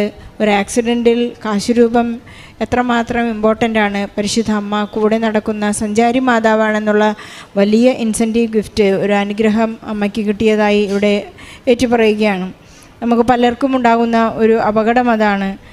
അവിടെ ഇരുന്ന് പറയുന്ന കാര്യങ്ങൾ കൃത്യമായി മനസ്സിലാക്കാതെ ഇവിടെ എന്താണെന്ന് ചിലർ ആദ്യമായി ഉടമ്പടി എടുത്ത് ഉഴപ്പുന്നവരെല്ലാം പറയും, അവിടെ എനിക്ക് പോയിട്ടൊന്നും മനസ്സിലായില്ല. പക്ഷേ അമ്മയെ തിരിച്ചു പിടിച്ച ഒരു വലിയ അത്ഭുതത്തിൻ്റെ സാക്ഷ്യമാണിത്. അതുപോലെ തന്നെ പരിശുദ്ധ അമ്മ കൂടെ നടന്ന ഒരു വലിയ അനുഭവം അവർക്കുണ്ടായി. 18 വർഷമായിട്ട് അവരുടെ നഴ്സിങ്ങിൻ്റെ സർട്ടിഫിക്കറ്റ് കാണാതായപ്പോൾ പരിശുദ്ധ അമ്മ തന്നെ അതിനുള്ള എല്ലാ അവസരങ്ങളും ഉണ്ടാക്കി അവർക്ക് ആ സർട്ടിഫിക്കറ്റ് കയ്യിലെത്തിച്ചു കൊടുത്തതിൻ്റെ ആ ഒരു എപ്പിസോഡ് നമ്മൾ കേൾക്കുകയായിരുന്നു. പരിശുദ്ധ അമ്മ സമയച്ചുരുക്കത്തിൻ്റെ അമ്മ വളരെ സമയച്ചുരുക്കത്തിലാണ് ഉടമ്പടി എടുത്ത് വളരെ കുറച്ച് ദിവസങ്ങൾക്ക് ശേഷം അവരുടെ നോട്ട് ബൈ മെറിറ്റ് ആ സർട്ടിഫിക്കറ്റ് തിരിച്ചു കിട്ടാൻ യാതൊരു സാധ്യതയുമില്ല. പക്ഷേ ഈശോയുടെ കൃപയാലാണ്, ഈശോ തന്നെയാണ് അവർക്ക് ആ സർട്ടിഫിക്കറ്റ് കൊടുത്തത് എന്ന് അമ്മ ഏറ്റു പറയുന്നു.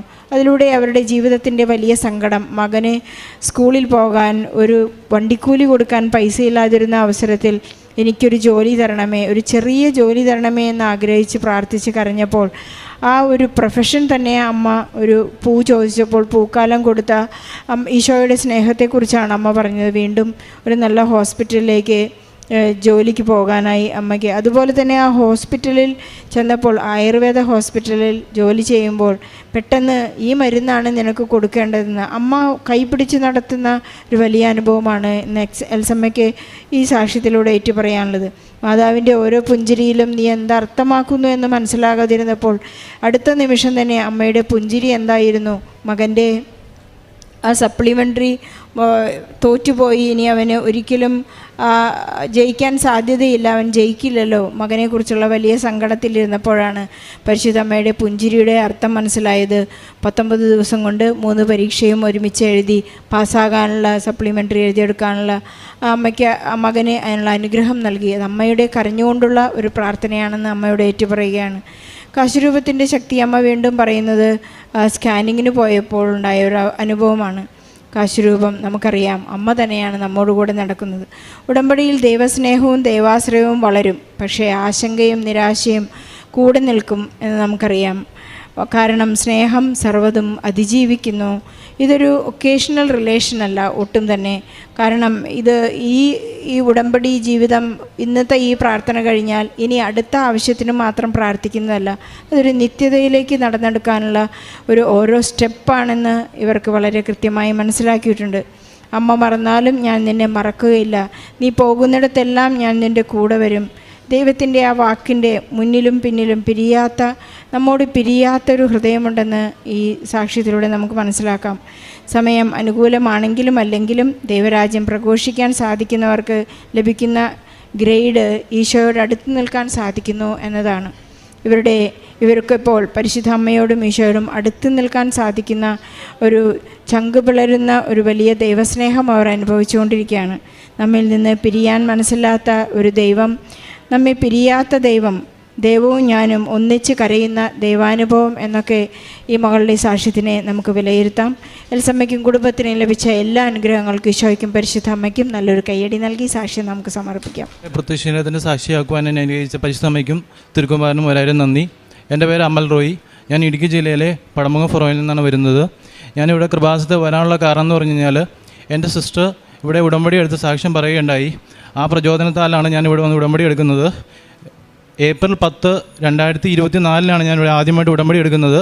ഉടമ്പടി എടുക്കാനുള്ള കാരണം എന്ന് പറഞ്ഞു കഴിഞ്ഞാൽ, ഞാൻ മാൾട്ട എന്ന രാജ്യത്തേക്ക് ഞാൻ വിസയ്ക്ക് വേണ്ടിയിട്ട് പേപ്പർ വർക്ക് സ്റ്റാർട്ട് ചെയ്തിട്ടുണ്ടായിരുന്നു. അപ്പോൾ പേപ്പർ വർക്കിൻ്റെ ലാഗ് കാരണം അത് സ്പീഡപ്പാക്കാൻ വേണ്ടിയിട്ടാണ് ഞാൻ ഉടമ്പടി ആദ്യമായിട്ട് എടുക്കുന്നത്. എൻ്റെ ആദ്യത്തെ നിയോഗം അമ്മയുടെ പ്രത്യക്ഷീണത്തിന് സാക്ഷിയാക്കുവാനായിട്ട് എന്നെ അനുഗ്രഹിക്കണമേ എന്നായിരുന്നു. രണ്ടാമത്തെ നിയോഗമായിട്ട് ഞാൻ മാൾട്ടയ്ക്ക് ആണ് വെച്ചത്.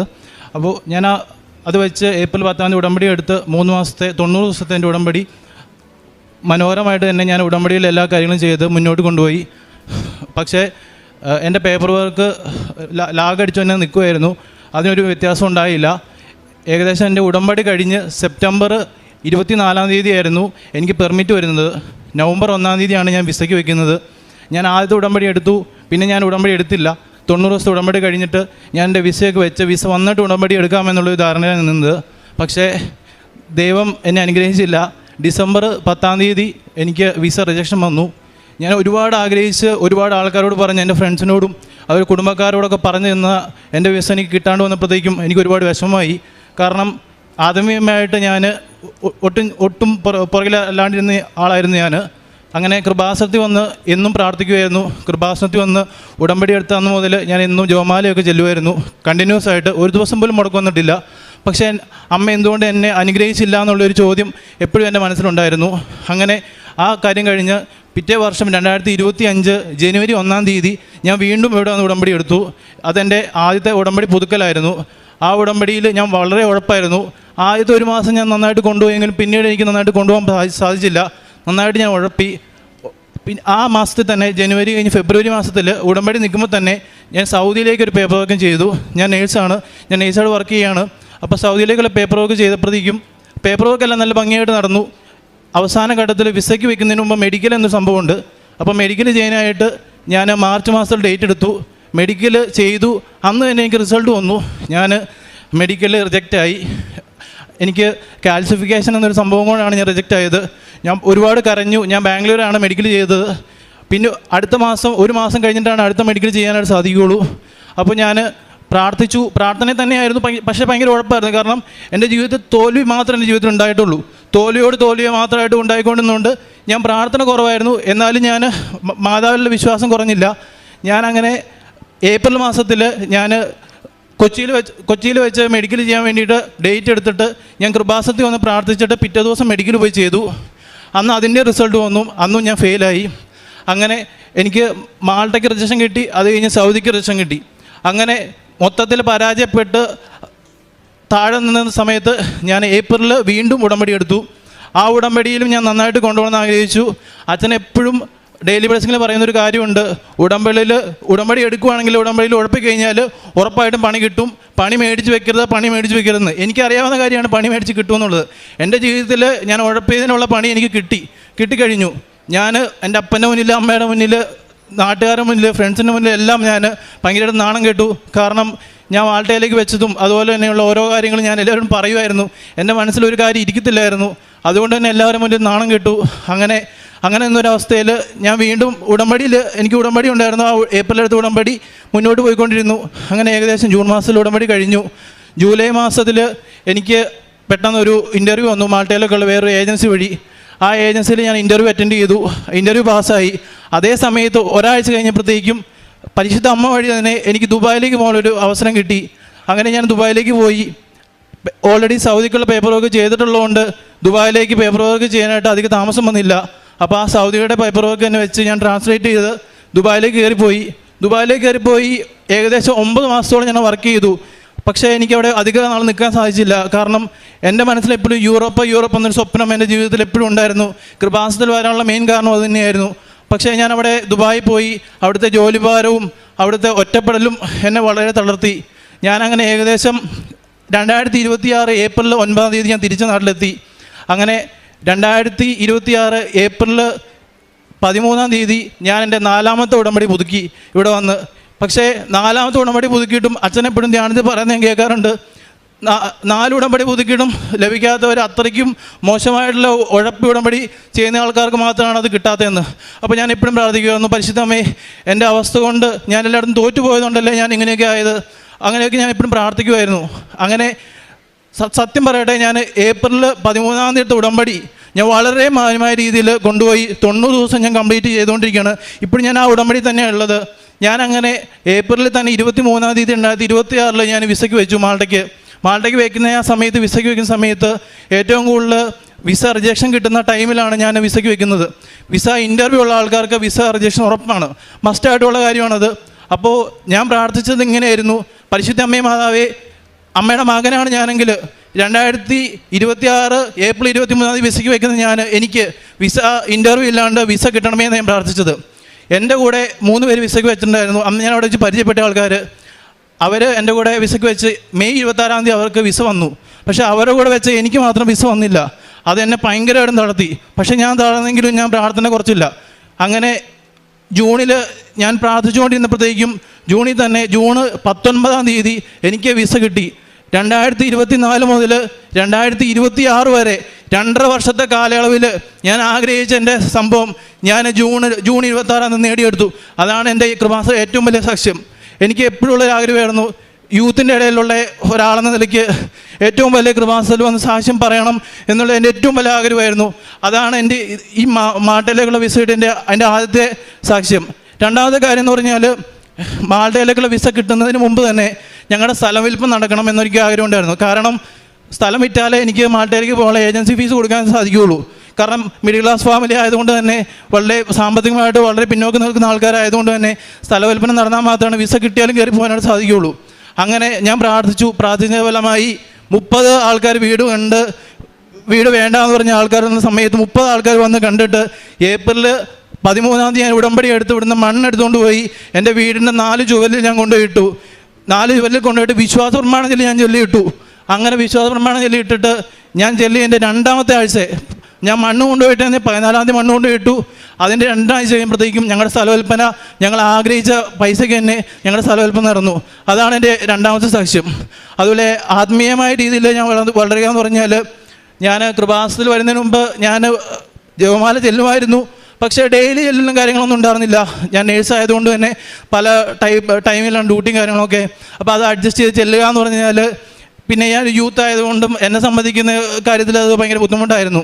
പക്ഷേ കൃപാസനത്തിൽ വെച്ച് ഞാൻ 2024 ഏപ്രിൽ 10-ാം തീയതി ഉടമ്പടി എടുത്തിട്ട് ഇന്നിപ്പം ഈ ജൂലൈ മാസം വരെ ഞാൻ ഇതുവരെ ഒരു ജപമാല പോലും മുടക്കിയിട്ടില്ല. സത്യസന്ധമായിട്ട് ഞാൻ പറയുന്നു. അത്രയ്ക്കും നല്ലൊരു കൃപ പരിശുദ്ധ അമ്മ വഴി എനിക്ക് തിരുക്കുമാരൻ ഇവിടെ തന്നിട്ടുണ്ട്. ആത്മീയമായിട്ട് എനിക്കപ്പം ജപമാലയിലൂടെ കൂടുതലായിട്ട് സംബന്ധിക്കാൻ സാധിച്ചു. അതുപോലെ തന്നെ ഞാൻ സത്യക്രിസ്ത്യാനി ആയതുകൊണ്ടും കുമ്പസാരം എന്ന കൂദാശ എന്താണെന്ന് ആദ്യം സ്വീകരിക്കുന്ന സമയത്ത് അറിഞ്ഞൊരു വ്യക്തിയാണ് ഞാൻ. അപ്പം ആ കുമ്പസാരം എന്ന കൂദാശ ഞാൻ നേരത്തെ കൃപാസന ഉടമ്പടി എടുക്കുന്നതിന് മുമ്പ് ഞാൻ 3 മാസം കൂടുമ്പം 2 തവണ അങ്ങനെയൊക്കെ ചൊല്ലിക്കൊണ്ടിരുന്ന ഞാൻ ഇപ്പം 1 മാസത്തിൽ 3 തവണയെങ്കിലും കുമ്പസാരിക്കുന്ന ഒരു അവസ്ഥയിലേക്ക് എത്തിക്കാനായിട്ട് പരിശുദ്ധ അമ്മ വഴി കൃപ നൽകി എന്നെ അനുഗ്രഹിച്ചു. അതുപോലെ തന്നെ എനിക്ക് ഇൻസ്റ്റഗ്രാമിലൊരു പേജുണ്ട്. ആ പേജിൽ കൂടെ പരിശുദ്ധ അമ്മയുടെ വീഡിയോസുകൾ ഒരുപാട് ചെയ്യുകയും അതിലൂടെ ഒരുപാട് ആൾക്കാർ എന്നോട് പ്രാർത്ഥനാ സഹായം ചോദിക്കുകയും അവർക്ക് വേണ്ടിയിട്ട് പ്രാർത്ഥനാ സഹായം പ്രാർത്ഥിക്കാൻ പറ്റുകയും അതുപോലെ തന്നെ ഒരുപാട് പേര് കൃപാസനത്തെക്കുറിച്ച് ചോദിക്കുകയും ആ കൃപാസനത്തെക്കുറിച്ച് എനിക്ക് എല്ലാ കാര്യങ്ങളും പറയാൻ സാധിച്ചാലും ഞാൻ ഒരുപാട് അഭിമാനിക്കുന്നു. പരിശുദ്ധ അമ്മ എന്ന കൃപയ്ക്ക് ഒരുപാട് നന്ദി പറയുന്നു. അതുപോലെ എല്ലാവർക്കും വേണ്ടിയിട്ട് പ്രാർത്ഥിക്കുവാൻ എനിക്ക് സാധിച്ചു. പത്രം കൊടുക്കുന്ന സമയത്ത് കൃപാസന പത്രം ആദ്യം ഞാൻ ഉടമ്പടി എടുത്തപ്പോൾ പത്രം കൊടുക്കുന്ന ബുദ്ധിമുട്ട് എനിക്ക് ഭയങ്കര ബുദ്ധിമുട്ടായിരുന്നു. കാരണം ഓരോരുത്തരുടെ ആൾക്കാരുടെ ഇടയിലേക്കും പുച്ഛത്തോടെയുള്ള നോട്ടം, ഒരുപാട് ആൾക്കാരെ മുന്നിൽ പോയിട്ട് ഞാൻ പുച്ഛത്തോടെ നോട്ടത്തിൽ ഞാൻ നാണം കെട്ട അവസ്ഥ ഉണ്ടായിട്ടുണ്ട്. കാരണം ഇത്രയും പ്രായമായിട്ട് നീയൊക്കെ പത്രം കൊടുത്ത് നടക്കുക എന്നുള്ള രീതിയിലുള്ള ചോദ്യങ്ങളും എൻ്റെ മനസ്സിലേക്ക് എൻ്റെ മുഖത്ത് നോക്കി പറഞ്ഞ ആൾക്കാരുണ്ട്. അപ്പോൾ അത്രയ്ക്കും നാണം കെട്ടിച്ചിട്ടും പരിശുദ്ധ അമ്മയ്ക്കും കർത്താവായ ഈശോയ്ക്കും വേണ്ടിയിട്ട് എനിക്ക് ആ പത്രം കൊടുക്കാൻ സാധിച്ചതിൽ ഞാൻ അഭിമാനിക്കുന്നു. അതുപോലെ തന്നെ ഇത്രയൊക്കെ പ്രശ്നങ്ങളുണ്ടായിട്ടും ബാംഗ്ലൂരിൽ ഞാൻ ജോലി ചെയ്യുന്ന സമയത്ത് ഇവിടുന്ന് എൻ്റെ 2ാമത്തെ പുതുക്കൽ ഉടമ്പടിയുടെ സമയത്ത് ഞാൻ കർണാടക പത്രം മേടിച്ചു പോയി. കർണാടക എന്ന് പറഞ്ഞു കഴിഞ്ഞാൽ ക്രിസ്ത്യാനികൾ വളരെ കുറവുള്ള സ്ഥലമാണ്. കർണാടക എന്ന് പറഞ്ഞു കഴിഞ്ഞാൽ വേറെ മതക്കാർ കൂടുതലുള്ള സ്ഥലമാണ്. അപ്പോൾ വേറെ മതക്കാരുള്ള സ്ഥലങ്ങളിലേക്ക് ഇറങ്ങിച്ചെന്ന് ക്രിസ്ത്യാനികളല്ലാത്ത ആൾക്കാർക്ക് കൃപാസനത്തെക്കുറിച്ച് പറഞ്ഞു കൊടുത്ത് എനിക്ക് ഈ പത്രം കൊടുക്കാനായിട്ട് എനിക്ക് സാധിച്ചു. അങ്ങനെ 2ാമത്തെ ഉടമ്പടിയിലെ എല്ലാ പത്രവും എനിക്ക് എത്ര പത്രം കിട്ടുമെന്ന് എനിക്ക് ഓർമ്മയില്ല. 30ഓളം പത്രം എനിക്ക് എന്തായാലും കിട്ടിയിട്ടുണ്ട്. ആ പത്രം മുഴുവൻ ഞാൻ കൃപാസനത്തിൻ്റെ പത്രം അവിടെ ബാംഗ്ലൂർ കൊണ്ടുപോയി എനിക്ക് കൊടുക്കുവാനായിട്ട് സാധിച്ചതിൽ ഞാൻ അഭിമാനിക്കുന്നു. പിന്നെ ഡെയിലി ബ്ലെസ്സിങ്ങിലാണെങ്കിലും എല്ലാ ദിവസത്തെ ഡെയിലി ബ്ലെസ്സിങ് ഞാൻ കൂടുമായിരുന്നു. മെഴുകുതിരി കത്തിച്ച് പ്രാർത്ഥിക്കുമായിരുന്നു. അതുപോലെ തന്നെ ജപമാല ചെല്ലുമായിരുന്നു. അതുപോലെ തന്നെ ഒരു ചൊവ്വാഴ്ചത്തെ പോലും ധ്യാനം ഞാൻ മുടക്കത്തില്ലായിരുന്നു. ചൊവ്വാഴ്ചത്തെ ധ്യാനം എനിക്ക് ചൊവ്വാഴ്ച തന്നെ കൂടാൻ സാധിക്കത്തില്ലായിരുന്നു. കാരണം എനിക്ക് ഡ്യൂട്ടി അഡ്ജസ്റ്റ് ചെയ്ത് കൂടണമായിരുന്നു. അപ്പം ഞാൻ ഞായറാഴ്ചക്കുള്ളിൽ തന്നെ ആ ആഴ്ചത്തെ ഞായറാഴ്ചക്കുള്ളിൽ തന്നെ ഏതെങ്കിലും ഒരു ദിവസം ഞാൻ അതിന് വേണ്ടി ടൈം മാറ്റി വെച്ച് ആ ധ്യാനം കൂടുമായിരുന്നു. അങ്ങനെ പരിശുദ്ധ അമ്മ എനിക്ക് ഈ 2024 തൊട്ട് 26 വർഷക്കാലത്ത് ഒരുപാട് പരീക്ഷണങ്ങൾ തന്നു. കാരണം നമ്മുടെ വിശ്വാസം കുറയുന്നുണ്ടോ എന്ന് അറിയാൻ വേണ്ടിയിട്ട് പരിശുദ്ധ അമ്മ വഴി തിരുക്കുമാരൻ എനിക്ക് ഒരുപാട് പരീക്ഷണങ്ങൾ തന്നു. ആദ്യത്തെ കുറേ പരീക്ഷണങ്ങൾ ഞാൻ തോറ്റു. പക്ഷേ പിന്നീട് എനിക്ക് മനസ്സിലായി പരീക്ഷണങ്ങൾ നമ്മൾ വിജയിപ്പിക്കുന്നുള്ളത് എൻ്റെ കൃപാസന മാതാവ് എനിക്ക് ആ ഒരു ഉണർവ് എനിക്ക് തന്നു. എനിക്കതിൻ്റെ ആൻസർ തന്നു. അതുപോലെ തന്നെ എനിക്ക് ഒരു കാര്യം കൂടെ പറയാനുള്ളതെന്ന് വെച്ചാൽ, എനിക്ക് വിസ വന്ന സമയത്ത് വിസ വരുന്നതിന് മുമ്പായിട്ട് എൻ്റെ മനസ്സിൽ 2 അക്ക നമ്പർ എപ്പോഴും വരുമായിരുന്നു. അപ്പോൾ 2 അക്ക നമ്പറിൽ എന്താണെന്ന് എനിക്ക് മനസ്സിലാവുന്നില്ലായിരുന്നു. ജൂലൈ അവസാനം നിനക്ക് വിസ വരും, ഒരു 2 അക്ക നമ്പറും വരുമായിരുന്നു. അപ്പോൾ 2 അക്ക നമ്പർ എന്താണെന്ന് ഇങ്ങനെ ഞാൻ ആലോചിച്ചുകൊണ്ട സമയത്ത് എനിക്ക് വിസ വന്ന സമയത്ത് 29ാമത്തെ പേജിലാണ് എൻ്റെ വിസ കിട്ടിയത്. അപ്പോൾ ആ 2 അക്ക നമ്പർ എന്നെ മാതാവ് തോന്നിപ്പിച്ചത് എനിക്ക് ആ വിസ വരുന്ന നമ്പറായിരുന്നു. അതിൽ ജൂലൈ അവസാനം ഞാൻ പോകുമെന്ന് പറഞ്ഞു. ജൂലൈ അവസാനം ഞാൻ പോകാനായിട്ട് എൻ്റെ പേപ്പർ വർക്കെല്ലാം ഏകദേശം കഴിയാനായി. ഈ ആഴ്ച ഒരു ക്ലാസ്സോട് കൂടി കഴിഞ്ഞ് എനിക്ക് ഫ്ലൈറ്റ് ടിക്കറ്റ് കിട്ടി. ഈ ആഴ്ച അവസാനം എനിക്ക് പോകാനായിട്ട് സാധിക്കും. അപ്പോൾ പരിശുദ്ധമ്മ എന്നെ തോന്നിപ്പിച്ച എല്ലാ കാര്യങ്ങളും അതിൽ ഞാൻ ഒരുപാട് അഭിമാനിക്കുന്നു, സന്തോഷിക്കുന്നു. കാരണം പരിശുദ്ധ അമ്മേനെ ഞാൻ വിശ്വസിച്ചു, തിരുക്കുമാരനെ ഞാൻ വിശ്വസിച്ചു, എന്നെ സമൃദ്ധമായിട്ട് അനുഗ്രഹിച്ചു. Thank you. അപ്പോസ്തല പ്രവർത്തനങ്ങൾ 9-ാം അധ്യായം 15-ാം തിരുവചനം. കർത്താവ് അവനോട് പറഞ്ഞു, നീ പോവുക, വിജാതീയരുടെയും രാജാക്കന്മാരുടെയും ഇസ്രായേൽ മക്കളുടെയും മുൻപിൽ എൻ്റെ നാമം വഹിക്കാൻ തിരഞ്ഞെടുക്കപ്പെട്ട പാത്രമാണവൻ. പൗലോസ് ശ്ലീഹായുടെ മാനസാന്തര സമയത്ത് അനനിയാസിനോട് ഈശോ ചെയ്ത അരുളപ്പാടാണത്. നീ പോവുക, അവന് അഭിഷേകം നൽകുക എന്ന് അനനിയാസിനോട് പൗലോസിനെ കുറിച്ച് പറയുന്നതാണ്. അമൽ റോയ് എന്ന ഈ മകൻ, അദ്ദേഹത്തിൻ്റെ ആദ്യത്തെ നിയോഗം തന്നെ എന്നെ പ്രത്യക്ഷീകരണത്തിൻ്റെ സാക്ഷിയാക്കണമേ എന്നുള്ള നിയോഗമായിരുന്നു. ബഹുമാനപ്പെട്ട ജോസഫ് അച്ഛൻ നമ്മോട് പറയാറുണ്ട്, നിങ്ങളുടെ നിയോഗങ്ങൾ, ആവശ്യങ്ങൾ പെട്ടെന്ന് കത്തിപ്പിടിക്കണമെങ്കിൽ, പെട്ടെന്ന് സാധിക്കണമെങ്കിൽ ഒരൊറ്റ വരി പ്രാർത്ഥനയേ ഉള്ളൂ, അത് എന്നെ പ്രത്യക്ഷീകരണത്തിൻ്റെ സാക്ഷിയാക്കണമേ എന്നുള്ള പ്രാർത്ഥന. ആ നിയോഗം സാധിച്ചതിൻ്റെ സന്തോഷത്തിലാണ്, വളരെ എക്സൈറ്റ്മെൻറ്റിലാണ് അമൽ റോയ് എന്നിവിടെ സാക്ഷ്യം പറയുന്നത്. രണ്ടാമത്തെ നിയോഗം എന്ന് പറയുന്നത് മാൾട്ട വിസ ലഭിക്കണം എന്നുള്ളതായിരുന്നു. അതിലൂടെ 2.5 വർഷക്കാലം ഈ മകൻ കടന്നുപോയ എല്ലാ സംഘർഷങ്ങളെയും കുറിച്ച് മകൻ ഇവിടെ ഏറ്റുപറയുകയായിരുന്നു. നമുക്കറിയാവുന്ന പോലെ ദൈവത്തിൻ്റെ കൂടെ ജീവിക്കാൻ ഒരുങ്ങുന്നത് ഒരു വലിയ തീരുമാനമാണ്. വിഷയമല്ല പ്രധാനം, ദൈവമാണ് എൻ്റെ വിഷയം എന്നുള്ള ഒരു തീരുമാനത്തിലേക്ക് എത്തുന്നതാണ് ഈ സാക്ഷ്യത്തിൻ്റെ പ്രത്യേകത. അതുപോലെ തന്നെ തിരുവുത്താനത്തിൻ്റെ കല്ലറയിൽ നിന്ന് എമ്മാവൂസ് വരെ പോയ ശിഷ്യന്മാർ കണ്ണു തുറന്നപ്പോൾ ഞങ്ങൾ എത്രയോ അകന്നുപോയി എന്ന ഒരു തിരിച്ചറിവ് അവർക്ക് ലഭിച്ചു. നമുക്ക് തിരിച്ചു നടക്കേണ്ട സമയമായി, കണ്ണു തുറക്കേണ്ട സമയമായി എന്നെല്ലാമാണ് നമ്മുടെ ഉടമ്പടി ജീവിതത്തിൽ നാം ലാഗ് ചെയ്യുമ്പോൾ, നമുക്ക് എപ്പോഴെങ്കിലും മടുപ്പ് തോന്നുമ്പോൾ, അല്ലെങ്കിൽ നമുക്ക് ഇനി പ്രാർത്ഥിച്ചിട്ട് കാര്യമില്ലല്ലോ, മറ്റുള്ളവർക്കെല്ലാം ലഭിച്ചു, എനിക്ക് മാത്രം ലഭിച്ചില്ല എന്ന സങ്കടകാലത്ത് നാം ഓർത്തിരിക്കേണ്ട ചില കാര്യങ്ങളാണതെല്ലാം. ഈശോ എന്നെ കൈവിടില്ല, കാരണം ഞാൻ ഉടമ്പടിയിലാണ്, പരിശുദ്ധ അമ്മ എനിക്ക് വേണ്ടി മാധ്യസ്ഥം വഹിക്കും. നമുക്ക് ദൈവം നമ്മെ വ്യക്തിപരമായി സ്നേഹിക്കുന്നു എന്ന് വീണ്ടും വീണ്ടും പറയുന്നതാണ് നഷ്ടപ്പെട്ട നാണയം, നഷ്ടപ്പെട്ട കുഞ്ഞാട്, ധൂർത്തുപുത്രൻ. ഈശോ നമ്മെ ചേർത്ത് പിടിക്കുന്ന ഒരുപാട് അനുഭവങ്ങൾ, കഥകൾ, പാരബിൾസ് നമുക്ക് സുവിശേഷത്തിൽ കാണാൻ സാധിക്കും. ഈ മകനെ ഇന്ന് വളരെയധികം അനുഗ്രഹിച്ചിരിക്കുന്ന മകന് യൂട്യൂബിൽ, ഇൻസ്റ്റയിൽ ഒരു അക്കൗണ്ട് തുടങ്ങുവാനും അത് ഈശോയ്ക്ക് വേണ്ടി പരിശുദ്ധ അമ്മയെക്കുറിച്ച് പറയുവാനും അതിലൂടെ ഒരുപാട് മക്കൾ വിശ്വാസത്തിലേക്ക് വരുവാനും അവർക്കെല്ലാം ഒരു അകമഴിഞ്ഞ് കാരുണ്യ പ്രവൃത്തികളും പ്രേക്ഷിത പ്രവർത്തനവും ചെയ്യുവാനുള്ള വലിയ കൃപ ലഭിച്ചതിൻ്റെ അഭിഷേകത്തോടെയാണ് ഈ മകൻ ഇവിടെ നിൽക്കുന്നത്. അമൽ റോയ്ക്കും കുടുംബത്തിനും ലഭിച്ച എല്ലാ അനുഗ്രഹങ്ങൾക്കും നന്ദി പറഞ്ഞുകൊണ്ട് നമ്മുടെ എല്ലാ ജീവിത പ്രതിസന്ധികളെയും, ഈ വിസ തടസ്സമായി നിൽക്കുന്ന എല്ലാ മക്കളുടെയും, സ്ഥലവിൽപ്പനയ്ക്ക് തടസ്സമായി നിൽക്കുന്ന എല്ലാ അവസ്ഥകളെയും ഈ മകൻ പറയുകയുണ്ടായി. ഞാനിവിടെ നിന്ന് 2.5 വർഷക്കാലം ഞാൻ 30 പേർ വന്ന് കണ്ടുപോയ ആ സ്ഥലം ഞാൻ 2.5 വർഷമായിട്ട് പരിശ്രമിക്കുകയായിരുന്നു. 2 ആഴ്ച കൊണ്ട് ഞാനിവിടെ നിന്ന് വിശുദ്ധ മണ്ണ് കൊണ്ടുപോയിട്ട് പ്രാർത്ഥിച്ചപ്പോൾ എനിക്ക് അത് സാധിച്ചു എന്ന് പറഞ്ഞു. എല്ലാ അനുഗ്രഹങ്ങൾക്കും നമുക്ക് നന്ദി പറയുന്നതോടൊപ്പം നമ്മുടെ ജീവിത പ്രതിസന്ധികളെ ഈ സാക്ഷ്യത്തോട് ചേർത്ത് വെച്ച് ഈശോയ്ക്കും പരിശുദ്ധ അമ്മയ്ക്കും നല്ലൊരു കയ്യടി നൽകി ഈ സാക്ഷ്യം നമുക്ക്